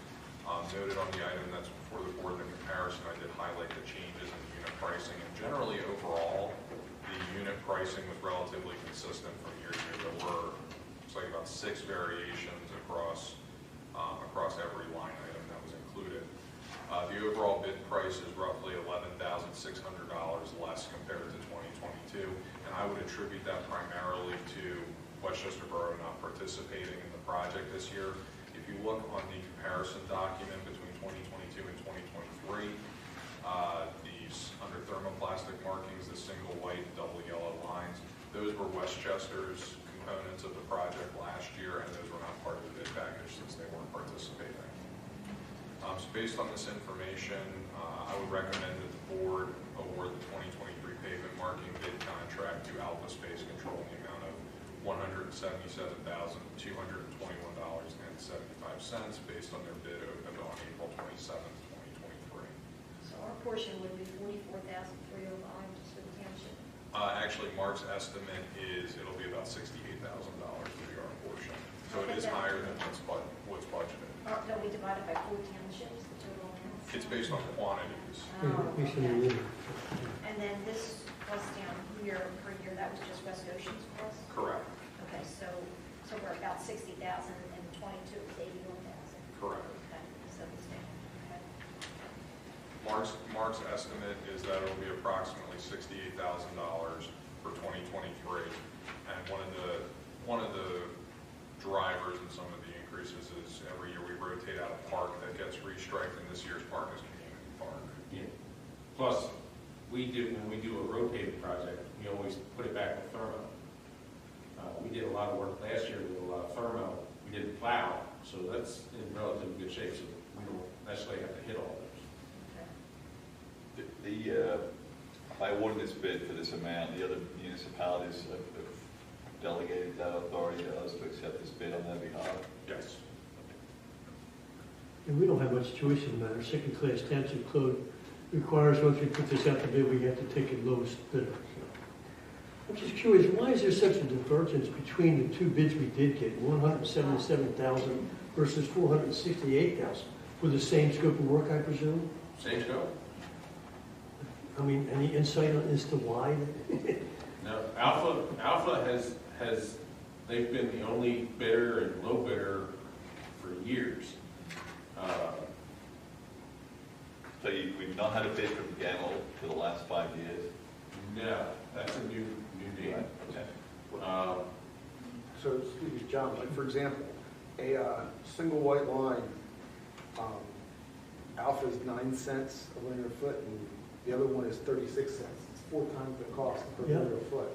And a painted arrow is $65, and they're going to charge $118. Yeah, so they're bidding at the same unit price. Yeah. Or they're bidding at different numbers for the same unit. Yeah, which, So it's the same scope of work. yes. It's not, And it might, Gemmell's coming out of York, they might be factoring in travel time from York out here, fuel costs. Well, the other one. Well, the other one's going to be Chambersburg. further. Yeah. No, Chambersburg. Never mind. Ignore what I said. Ignore what I said. But also could be labor cost, material, where they're drawing the material from. So one thing we could do is, I Paint mean, prices are all over. yeah. have you had experience with this Alpha Active? I mean, you have, obviously, right? Oh, For several Alpha. years. Back, going as far back as when I started doing this in the mid-90s, it was either Alpha or there was a second company, the name eludes me. It was one got it this year, the other one get it the next year. And they were always within, Right. a They were very small competing. fraction. Which is good. The other company went out of business. Okay. And there really hasn't been anything. Last year I looked up on Penn Bid and sent our bid to 4 or 5 different companies that I could find on Penn Bid, Right. and nobody wants it. Have you had any issues with Alpha? No, They said you do good work. they do really good work. Dave, do you know if West Whiteland bids out this, does a paving? Classic. I don't know. Do they, if they use Alpha too, or? You'll see Alpha has lime green trucks, and you'll see Alpha does, I know all down by me in southern Chester County, they get that bid. They come in Chester County and they just paint. Or if there's an opportunity to have more municipalities go together, if, It's always open. After your call. talk to the cog. It's always, because the more we get, Yeah. we do Westtown does the co-op bid for salt. We just did a co-op bid with East Goshen for our tree work. Okay. So, just for the board, the amount is higher than was originally put in our budget, but not by much. I presume we're comfortable with the amount, the scope of work for ourselves. Yes? Yes. Okay. I'll make the motion to accept the bid. I'll second that. Because we have a motion to accept the bid from Alpha, what's the name again? Alpha Space Control. Alpha Space Controls for the pavement markings bid for 2023 in the amount of $177,221.75 for the four municipalities participating. With a motion and a second. Is there any board comments or questions? Any public comments or questions? Very good, we'll take the vote. All in favor, say aye. Aye. Is there any opposition? Hearing none, the motion passes 5-0. Thanks, Chris. Thanks, Dave. Next on the agenda is number 9, discussion regarding an application for the zoning hearing board for 1126 Grove Road. Chris. Mr. Chairman, this is application number 6-2023 before the zoning hearing board for 1126 Grove Road. The applicant is appealing the determination of the zoning officer pertaining to the construction of a wall along their property, claiming it was an existing nonconformity. The application is scheduled to be heard on May 23rd, 2023 at 7 p.m. 22nd. Or 22nd, I apologize, May 22nd, 2023 at 7 p.m. So based on the evidence that we've been able to find, there was no wall previously at the property. There was a railroad tie located in the public right-of-way. You can kind of see on that, you can kind of see on that picture right there in that location, but there was no wall. There was also some grading activity that occurred on the property. We were alerted to the situation and took the appropriate enforcement action. The property owner has exercised their rights under the zoning ordinance and appealed in a timely manner. So it will go before the zoning hearing board on May 22nd. Under the municipality's planning code, the solicitor is automatically authorized to attend in order to defend the zoning officer.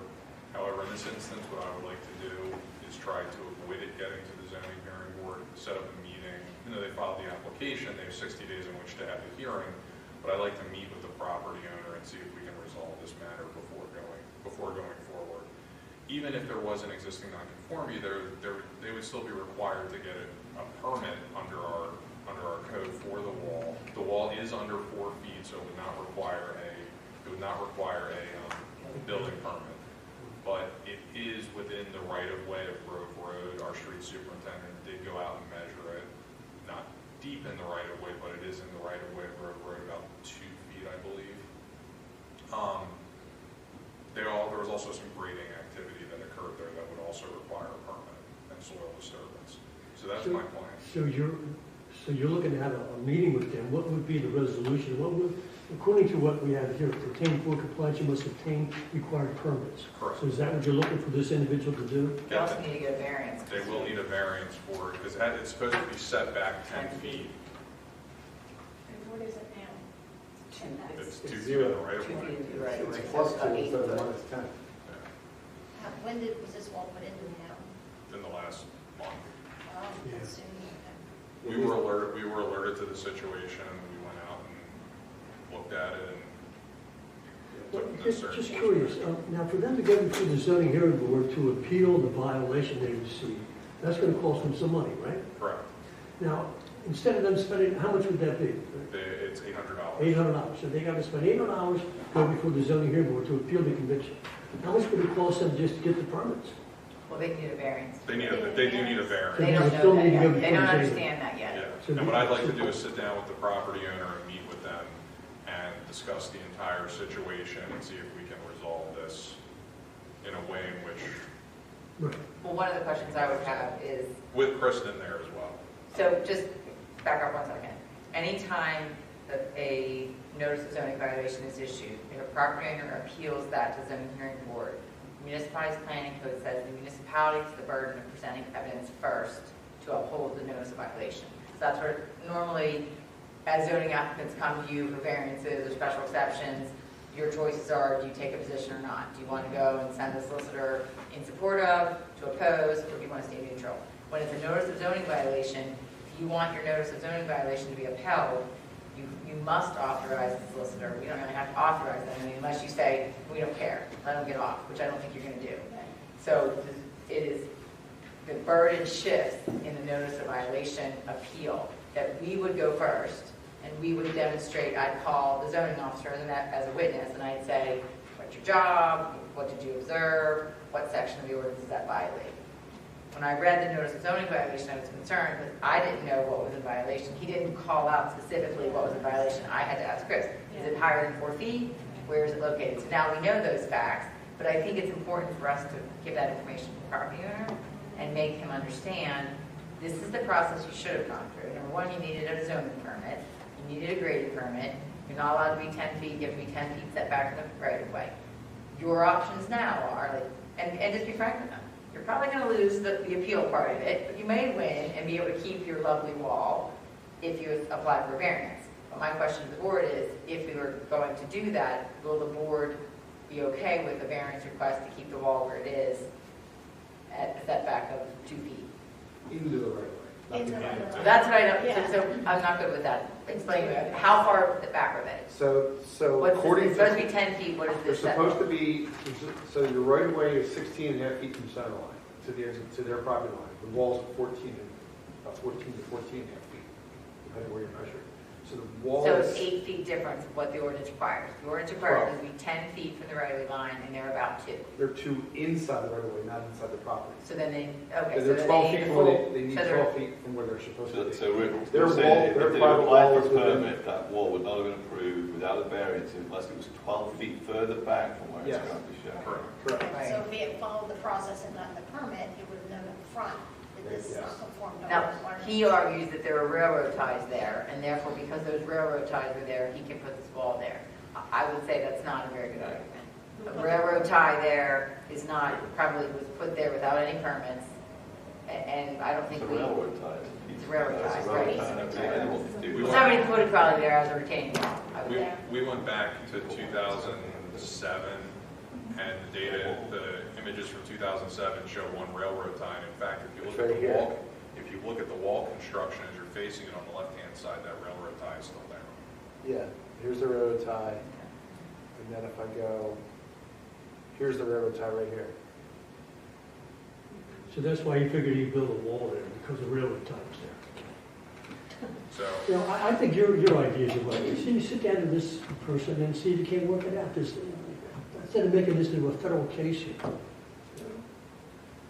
it may be a situation where it goes before the zoning hearing board gets, on May 22nd, just gets continued, if we can set something up in time, just because Well, has it been advertised it yet? hasn't been advertised. Yeah, I would tell Mark to hold off. You I can don't tell need Mark to, to hold off. yeah, hold off. Just get the whole 60 days. Yeah, So you don't have to hold the hearing until end of June. but I think, So, I you're going to be present with Chris when you meet with the property owner. I So want you're to gonna tell have, them then that they need a variance. Correct. And then you're gonna bring it to us.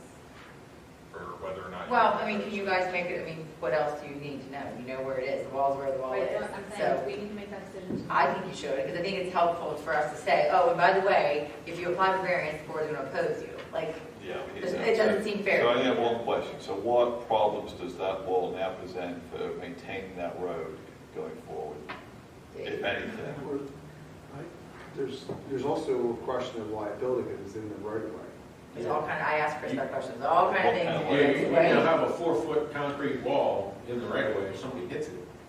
Well, and that's one of the conditions I would say, that if you didn't oppose it, is that you ask the zoning hearing board to impose a condition, and he signs an indemnification agreement, and get that recorded in the chain of title of his property. If we got an indemnification, then I would be fine with it. But if they were thinking of building this wall and you were coming to us beforehand, I would say absolutely not. You can't build it there. So why, I mean, I feel for the fact that they spend this money building it, but just because it's already there doesn't make me any more like, that's a, you know. I did pull the, I don't know, I would look to Kristen for this, but I did pull the deed for this property, given the fact, off the Recorder Deeds website, given the fact that it is an older, Grove Road is an older road, these are older properties. The deed does bring the property boundary to the center line of Grove Road, and that's fairly consistent with older properties, they typically go to the center. So you don't own a fee simple Grove Road, you just have a right of way. Because originally when we were analyzing this, I was saying, well, he also needs your consent as a property owner, thinking you own Grove Road in fee simple, but you don't, you just have a right of way. So the only thing that's holding him up from having that wall where it is your zoning code, because of the location, if that makes sense. But there are other structures, and Dave, help me on this one. You have other structures, right or wrong, in township rights of way. Yeah.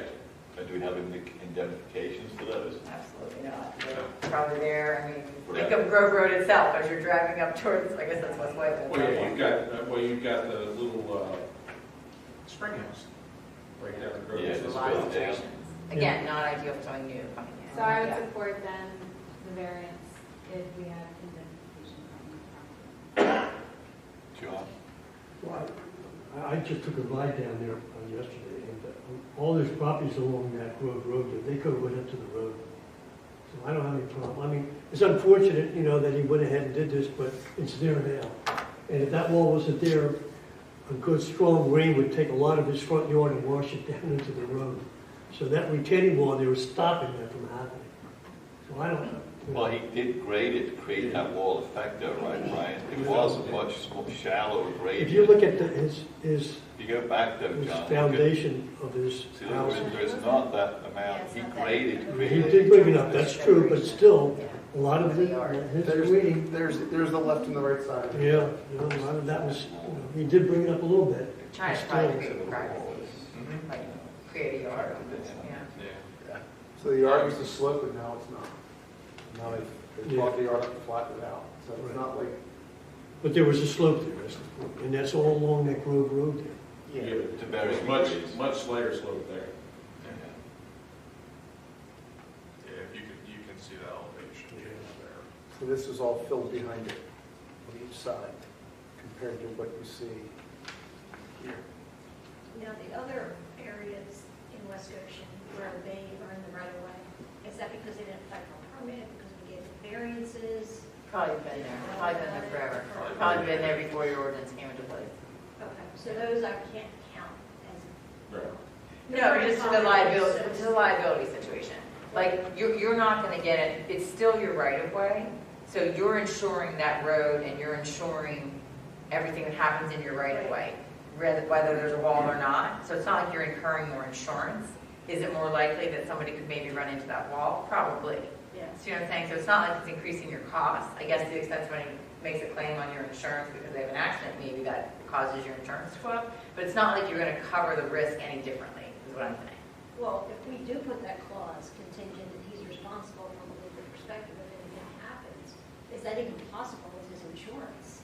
You have that's his Does that mean That's, anything? that's You the have to- property owner's. What it would do is, he would have to, so if there was an accident, Right. and that person in the accident asserted a claim against the township and said, I'm suing you because you allowed this wall in the right of way, Right. the way we would write the language is that he then has to step in, defend, and indemnify the township. Whether he gets insurance for that is another thing. I mean, I don't, that's a good question. I don't know if somebody's homeowner's insurance, he might have to get a separate policy for that. I don't think your own homeowner's insurance would, maybe it would, probably not. And then if he doesn't have the money and the insurance. Then the indemnification's not worth the paper thread. That's my, thank you, Kristen. That's what I'm getting. So, yeah, I mean, he'd have to. It will come back to the township then, potentially.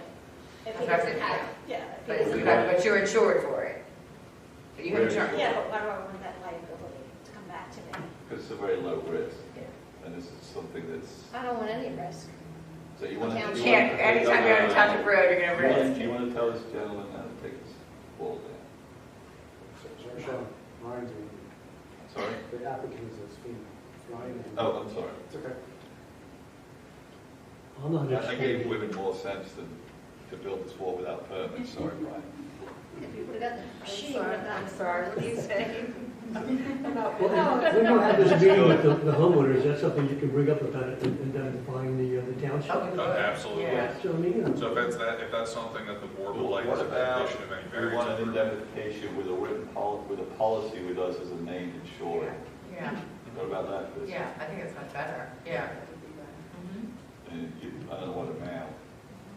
Yeah, let's see if we can do that first before we vote on this. I'd like to see what. Yeah, we have time to bring it back to you, we have time to bring it back to you. So let's have the meeting with the property owner and then tell you what she's willing to do. And in the then- meantime, we can look at our rights from an insurance Yeah. standpoint and liability, legal liability. Well, I know that you So would the- be brought into the lawsuit, it's whether or not as a homeowner, they have the ability to get any sort of insurance to cover that. And name. I think they do, it's just a matter of what the cost is. Yeah. Right. But let's do this one step at a time, let's So- have a conversation with her, hopefully she'll be willing to meet with us. So the application was filed on April 24th, which provides, so we have 60 days. And you have, it takes you through your June meetings. Well, the June zoning hearing board meeting would be June 26th, because if they have an application, they generally will meet You get it before to that. When was it filed? Yeah. April 24th. So we would need a 2-day extension from them. But I think we set up a meeting with them, we try and work this out, and then they can amend their application and request a variance. And then we can come back to the board either, if we can get it done before May 18th, we can bring the results back to the board on May 18th, or we can bring it back beginning of June, and the board can make a determination on whether or not to oppose the variance. Would you let us answer these questions as to what's Yeah, acceptable right. property and whatnot? That's fine. Yeah, that'll work. Agree. Johnny, okay? Yeah. So Chris, who's reaching out to this one? I will. You, okay. I'll reach out to them. Thank you. And who would be involved in that meeting would be myself and Kristen, Brian, and code inspections. And code inspection is the guy who's been, is the guy, right? Yes, it Who's is. been looking after our, Yep. okay. It'll be Bob Heil. Okay. Very good. Moving on to, by the way, does anybody in the public have any comment or questions on this discussion? That's why you guys get paid the big bucks. Yeah, right. Moving on to agenda item number 10 is discussion and possible authorization to advertise the following amendments to the West Goshen Township Code of Ordinance. Ordinances A, amendment to chapter 36 on dogs, and B, amendment to chapter 78, vehicles and traffic. Chris? Mr. Chairman, before the board this evening are two proposed ordinance amendments to the Township's Code of Ordinances. The first one is to chapter 36. This proposed ordinance would amend section 36.6 of chapter 36 of the Township's Code of Ordinances in order to make violations under this provision criminally enforceable. Currently, violations under this chapter are enforced through a civil penalty. Chief Carroll and I discussed this matter since the officers in the West Goshen Township Police Department enforce the provisions in the chapter related to dogs. It made more sense to have this chapter enforced through criminally to allow for citations to be issued. Under the second-class township code, the board could choose to increase the fine to $1,000 if desired. The second ordinance that's before the board would amend chapter 78, which is our section pertaining to vehicles and traffic. The three sections that would be amended would be sections 78.9, 78.12, and 78.21. Our Public Works Director identified a number of stop intersections that were not properly codified and updated those accordingly, and those are reflected in the ordinance that's before the board this evening. In addition, certain stop intersections are proposed to be removed, and the direction of travel in certain areas would be revised. Finally, the proposed ordinance would add 3 areas where parking would be prohibited at all times. And if authorized by the board, we could set the public hearings and consideration for adoption at the May 18th meeting. I have a question, please. What constitutes a dog violation? Like dogs running at bars, parking dogs, I don't know what you're reading, sorry. So chapter 36 outlays it. There's 3 sections of chapter 36 that identify what are violations of the dog. So if it becomes criminal. So right now, if you would mind one thing, the second class township code has a section, and I'm happy to send it to you, it's 1601. It talks about ordinances. And that dictates how whatever ordinances you pass are supposed to be enforced. It specifically tells you, should you enforce it criminally or civilly? It depends on the topic of the ordinance. So anything that regulates building, housing, property maintenance, health, fire, public safety, parking, solicitation, curfew, water, air, and noise pollution, those must be enforced in a criminal summary manner, which means like a traffic ticket. Summary criminal citation is issued by the police. Or it could be your code enforcement officer. They have the authority to issue summary criminal citations. And then it's a matter of the district, they can plead guilty or not guilty like you would to a crime or a parking ticket. And then if they plead not guilty, they have to appear before the district justice. They argue their case about why they're not guilty, and the district justice decides the facts, whether they're guilty or not, and imposes the minimum fine or the minimum or maximum that's set in the ordinance. All other topics of your ordinances are enforced in a civil manner, which means you have to file a civil complaint in the district justice, which is just a little bit more time consuming. Same process then, well actually, the civil complaint is served either by certified mail or through a constable. The defendant gets the copy of the complaint and notifies the court if they intend to defend. If they don't, the court enters the judgment that you asked for in your civil complaint. If they say, I don't believe this, I'm not guilty of this, I'm not liable for this, they get to have a hearing date. The same thing, the township has an obligation to prove the violation, and then if we prove it, the judge sets the fine. So that's the background of whether things are criminal or civil. We don't just make it up. This one, because you say, and Chris and I had the conversation, dog law, well, what is that? Does it fit in those topics? Property maintenance, public health, I think it can fit under things that would be enforced in a criminal manner. And to the point that the police are now the ones that are responding to these calls, responding to these complaints, and are used to issuing citations, it seems appropriate to change it to that. And what does criminal mean specifically to the body? It means that they have to plead guilty or not guilty and go before the district justice. And if they found guilty and the district justice imposes a fine and they don't pay the fine, a warrant is out for their arrest. Okay. Where if it's a civil enforcement, it's a civil judgment against you that goes, and in district court, you can only collect civil judgment by levying personal property at their home. or you have to transfer it to the Court of Common Pleas, and then to satisfy that judgment, you can force the sale of the home, which you probably would do something like a civil thing. I had some questions that I had addressed to Chief Carroll regarding this. If found guilty by district magistrate judge, now being a criminal proceeding, would this then and convicted, would this then appear in the criminal record? Summary usually don't. Summary offenses usually do not. So they can still appeal it. If they're found guilty at the magisterial level, they can still appeal it to the Court of court Common of Pleas. fees. But no, even I'm summary. saying, would it show up, like if they did a background check on somebody for an employment application or something like that, would it show up on a criminal record? It would not. Typically, at the district justice level, summaries do not. Now, if they appeal to the Court of Common Pleas, it may, because depending on who's searching the records, they're now searching the clerk of courts at the county, it may show up, but it shows as a summary appeal, and I think people who are doing those searches, they understand that it's usually the lesser offenses. It's not. Well, that would be my concern, if it would show up as a matter of a criminal record, or maybe an issue with somebody getting a job or retaining a job. That would be the only concern I have. But according to what you're telling me, it's just like getting a traffic ticket, right? Like getting traffic. Exactly. Yeah. Yes. What are other townships doing, the borough, and, you know, do they have this as a? Everybody has a dog chapter, and I didn't go back and look, but I'm not aware of any code enforcement officers issuing these citations. So I'm thinking I've not been involved in asking to write civil complaints. I think they're doing it through criminal, because typically they get us involved in writing civil complaint. Because you have to write it out like a complaint, what the defendant did wrong. I'm just following up on my previous question about being a matter of criminal record. Would this become an issue if the person applied for expungement of prior convictions, but had nothing at all to do with the dog No. violation? No. This would not come into play? No. The draft amendment, the draft ordinance amendment here, it's a little confusing to me between section 1. So you have to look at it the A, whole. B, and C. You have to look at the whole code, because 36.4.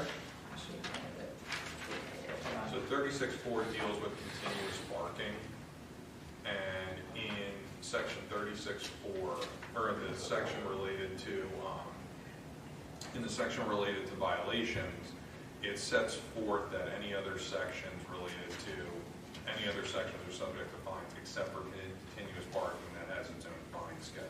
So the other sections relate to restrictions of dogs, confining them firmly secured with, by means of a collar and leash. And then the other section, section 36.3, relates to running at large. So running at large and leash violations would be subject to criminal fines. And section 36.4, which deals with continuous barking, sets forth its own.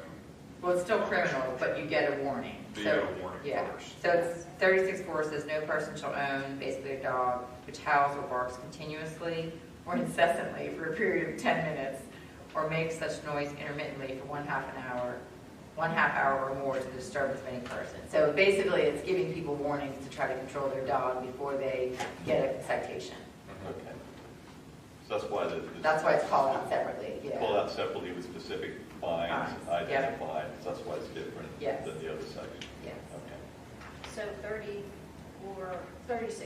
would be like a dog not on a leash kind of thing? Well, that 36.6 are your violations, that's your violation chapter. 36.5 are your issue of incident warnings. You're not on a leash would be restrictions of dogs, which is 36.2, and running at large is 36.3. So Chris, you mentioned this ability to have fines up to $1,000.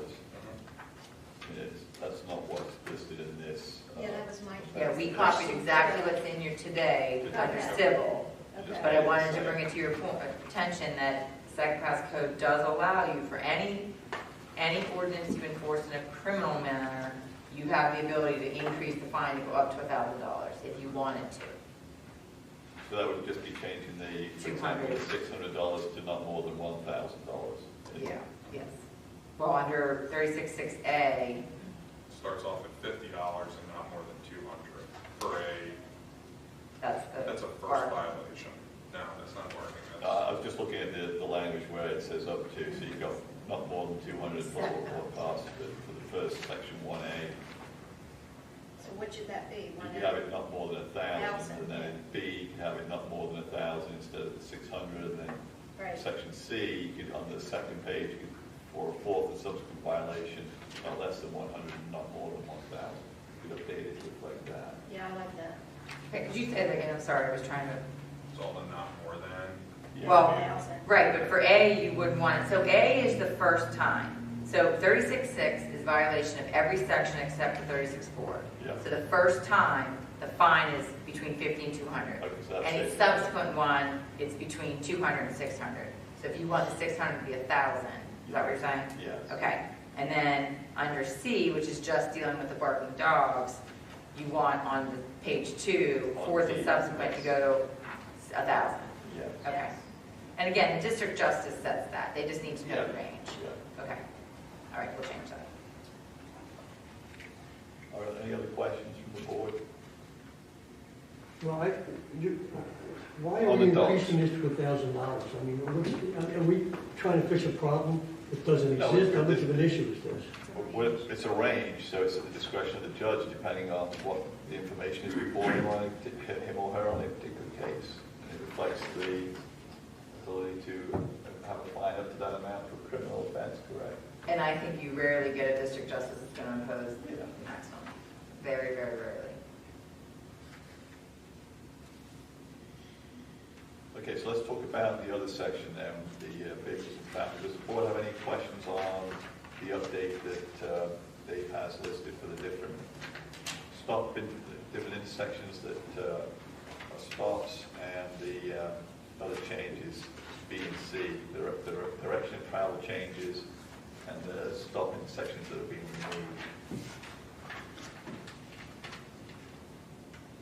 Mr. Chairman, I just want to give Mr. Woodward credit. I think he identified it was 119 that needed to be updated, so I appreciate Dave taking the effort to make sure it was updated.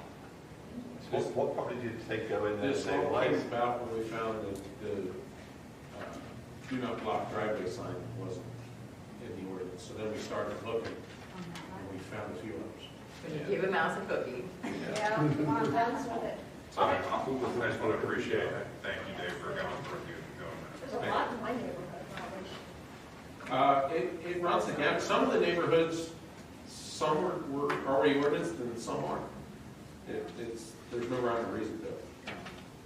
But Thank you. I think this will get us complete. To your new roads. Well, we did give the sign foreman a list. We printed out the signs are codified. So whenever he's working on a sign now, he's checking to make sure. The section 3.1, where there's no parking anytime restriction on a cul-de-sac, what's going on there? That's because that's one of the new design cul-de-sacs that has the rain garden in the middle.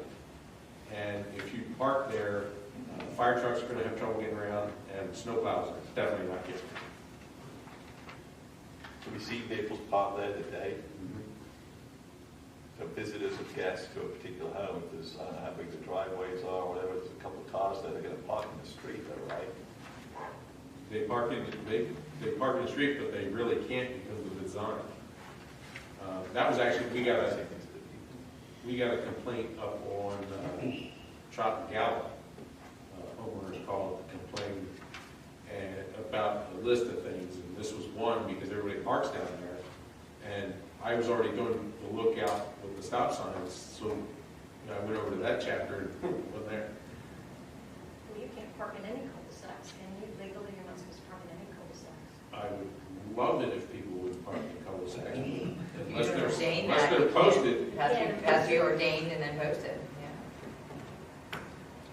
I guess I'm trying to visualize the design that you're talking about, Dave. I've not been on these particular cul-de-sacs, so. You go- I we only I have- see a problem where. Here's one. Here, yeah. Yeah, we have Trot, Gallup, and Wrangley. There's two of them right there. So they like little, There's little islands in the middle, and if you park in there, you can't get a bigger vehicle around. So the beginning to the end of the cul-de-sac, you just talk about the circle, you talk about the whole length of that road. No, it's from the bulb of the cul-de-sac all the way around. It's just the bulb. Should we reword that then, Dave, to say from beginning of the bulb of the post? I just copied, that's the exact same wording from Randy Court that was ordinance. So, And like you see here as well, this is another one, in Gallup. They can park up here, but they can't park, once you enter the cul-de-sac, you can't park. But if you're a visitor to Wait, those why? properties at the Yeah. bottom there, well, you're not going to park up the street here. You're going to park in Build front up of the your property. sign, though. Yeah, but with those, they're already signed. They're already signed that says, Sign. it says parking prohibited at certain times. Yeah, the signs are up, but they need to be codified. Yeah. The signs are But already So there. that we can. what And it the sign says says here- no It's parking. no parking anytime. That's what it says now. Yeah. And if that went up, that was a condition of the development. And same with Randy Court. It was just never codified when the development was done. Because it's a fire safety. You can't get a ladder truck around it. I understand that, yeah. Yeah. But to get the rain garden in the middle for their stormwater, Just go with the ring guard. that's what you give up. Just gonna back up the car and go through the ring garden. Yeah. They would just plow right through there. Oh, you can't. Flowers. These two aren't as bad. The one on Rangley Court is probably a 4 to 5 foot drop. Wow. Yeah, if you get in there, you're not getting out. So if you have company, where do you park? Up the street? On your grass. Yeah, on the grass or up the street or. Truthfully, those driveways in those areas at least are pretty substantial. But some areas you may not have that. And Randy Court's got a tree in the middle of it. Yeah. I think I would get rid of that tree. Do we have that card? Have there been any No. citations issued for people parking in the No, cul-de-sac? because they could fight it because it's not ordinance. So we're not adding any signs, we're just taking signs that are over there and making sure that. So you're saying if they park on the street, you can get a fire truck through with their, No, if they park on the street, if no, they up park, there. oh, in the street, yeah. So that's much wider than the actual, It's just like Yeah, because you have to allow for the turning. trucks down the street. And the only reason why you're looking to do it here is because of the rain garden in the center of it. Yeah. And then I believe Greystone has a couple cul-de-sacs with something islands in the middle. Yes. So they're gonna have to be signed the same way. If they're township roads. Oh, actually, if not, you're not right. Is this a township road? Yes, that's why it has to be codified, because they're the signs that are currently posted cannot be enforced. Right. Yeah, that's a safety thing. Let's do it. Okay, any other questions? All right, so at this point, we're looking for a motion to advertise the amendments to the West Goshen Township Code of Ordinances for both Chapter 36 dogs and Chapter 78 vehicles and traffic. Well, can we do it separately? You want to do it separately? Because I'm going to oppose the increasing it to $1,000. I don't have a problem with making criminally enforceable. So we wouldn't separate that issue too, that's fine. But as far as making $1,000, I don't want to do that. So you're comfortable with the $600? Keeping it the way it is. Just changing it from being criminally, to be a criminal enforcement rather than a civil. Okay, well, do we have enough discussion on that board? Does John have support for leaving it as it is or not? I like 1,000. Okay, Robin? 1,000? Well, what, you like to keep it at 600 or are you comfortable with moving it to 1,000? I'll stay 600. Okay. Well, she has a barking kind of problem. I do. You admit it. I do. Everybody knows our dog. Ashley? He's so cute. 1,000, it's just a range. Just a range, yeah. Okay. Well, let's do it separately and we'll see where we end up with the vote then. So,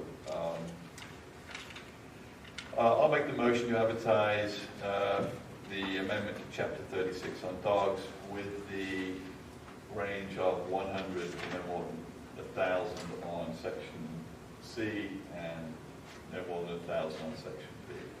So a second. I'll second that. Okay, thank you. Any public comments or questions? Okay, we're ready to take the vote. All in favor say aye. Aye. All opposed? Opposed? Okay, the motion passes 4-1. Second amendment to Chapter 78, Vehicles and Traffic. Is there a motion to advertise that amendment? I'll make the motion. Thank you, Ashley. Is there a second? I'll be a second. Any board comments or questions? Any public comments or questions? All in favor say aye. Aye. Any opposed? Hearing none, motion passes 5-0.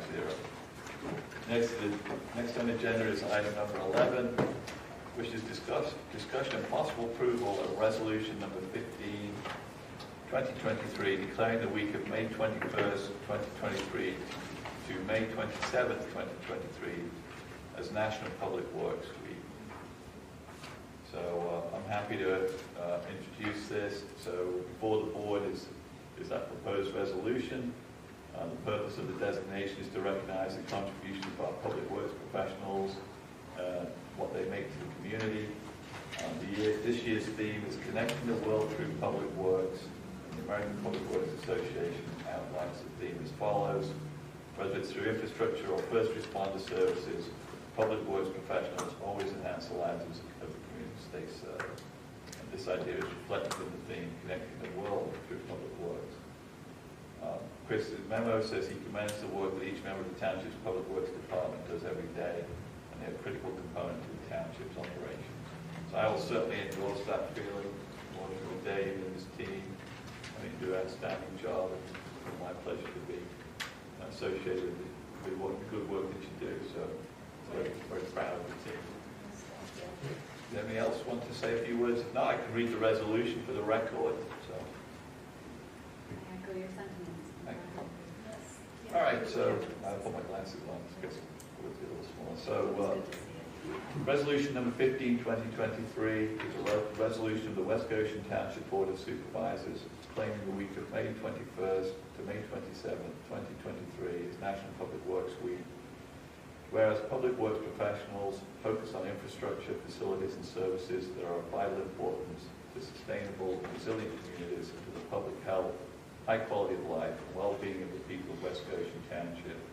And whereas these infrastructure, facilities, and services could not be provided without the dedicated efforts of public works professionals, or engineers, managers, and employees at all levels of government and the private sector, who are responsible for rebuilding, improving, and protecting our nation's transportation, water supply, water treatment, solid waste systems, public buildings, and other structures and facilities essential for our citizens. Whereas it is in the public interest for the citizens, civic leaders, and children in West Goshen Township to gain knowledge of and to maintain an ongoing interest and understanding of the importance of public works and public works programs in their respective communities. Whereas the year 2023 marks the 63rd annual National Public Works Week, sponsored by the American Public Works Association and the Canadian Public Works Association. Therefore, be it resolved that the Board of Supervisors of West Goshen Township hereby designate the week of May 21st to 27th, 2023 as National Public Works Week and urge all citizens to join with representatives of the American Public Works Association and government agencies in activities, events, and ceremonies designed to pay tribute to our public works professionals, engineers, managers, and employees, and to recognize the substantial contributions they make to protecting our national health, safety, and quality of life. So, Brian, I think I missed you out, but engineers are all part of working with public works, so well done too. Can I add 2 additions to that? Absolutely. I think one thing we forgot about was mentioning our roads. So in the second whereas, after and protecting our nation's transportation, I added roads. Roadways, part of transportation team. No. Protecting our nation's transportation to me is different than the roads itself. Transportation system. Yeah, I could write that. Just seems like it needs to be included somewhere in there. And also, in the third whereas, I wanted to add in the work performed. It's not only to maintain ongoing interest and understanding of the importance of public works and public work programs and the work they perform in the respective communities. And if I can make a suggestion, that I always found it's nice to hear words of affirmation in paper, but either put it in my paycheck or give me a meal. Why don't we give these guys a luncheon, during that week, in recognition of their service here for the township? Last year. I was expecting, when it came to these ceremonies, I was expecting someone to have a meal. The only thing, I might move it a week, either ahead or behind. Okay, fine. I'm actually at Yeah. a conference that week. That's right in the Yeah, memorial. with the idea of recognizing All weekend. I all the totally staff. support the sentiment, we should have a little celebration recognition. Absolutely. We can plan that. Yeah, we love moving parts. We're all about stormwater today, so we got some work ahead. Very good. So, next on the agenda is, oh wait, no, we have to approve it. We need to approve it. So I have the authorization with Mr. Woodward to plan on lunch for our public works team. Do we have to adopt a resolution? Yeah, we need to adopt it. Yes. I make that motion. Thank you, And I'll Tim. second it. Thank you, John. So we got a motion and a second. Is there any public comment or questions? Very good. We'll take a vote. All in favor, say aye. Aye. Is there any opposition? Hearing none, the motion passes 5-0. All right. Thank you. Next is agenda item number 12, approval of the bills to be paid for the general fund, sewer revenue fund, the waste and recycling fund, and the capital reserve fund. Are there any questions on the bills to be paid from the board?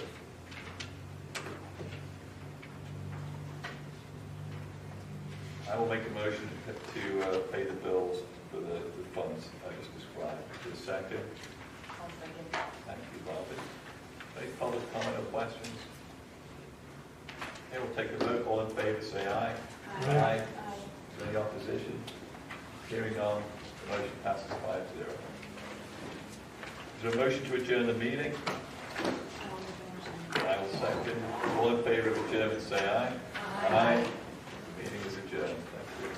Thank you.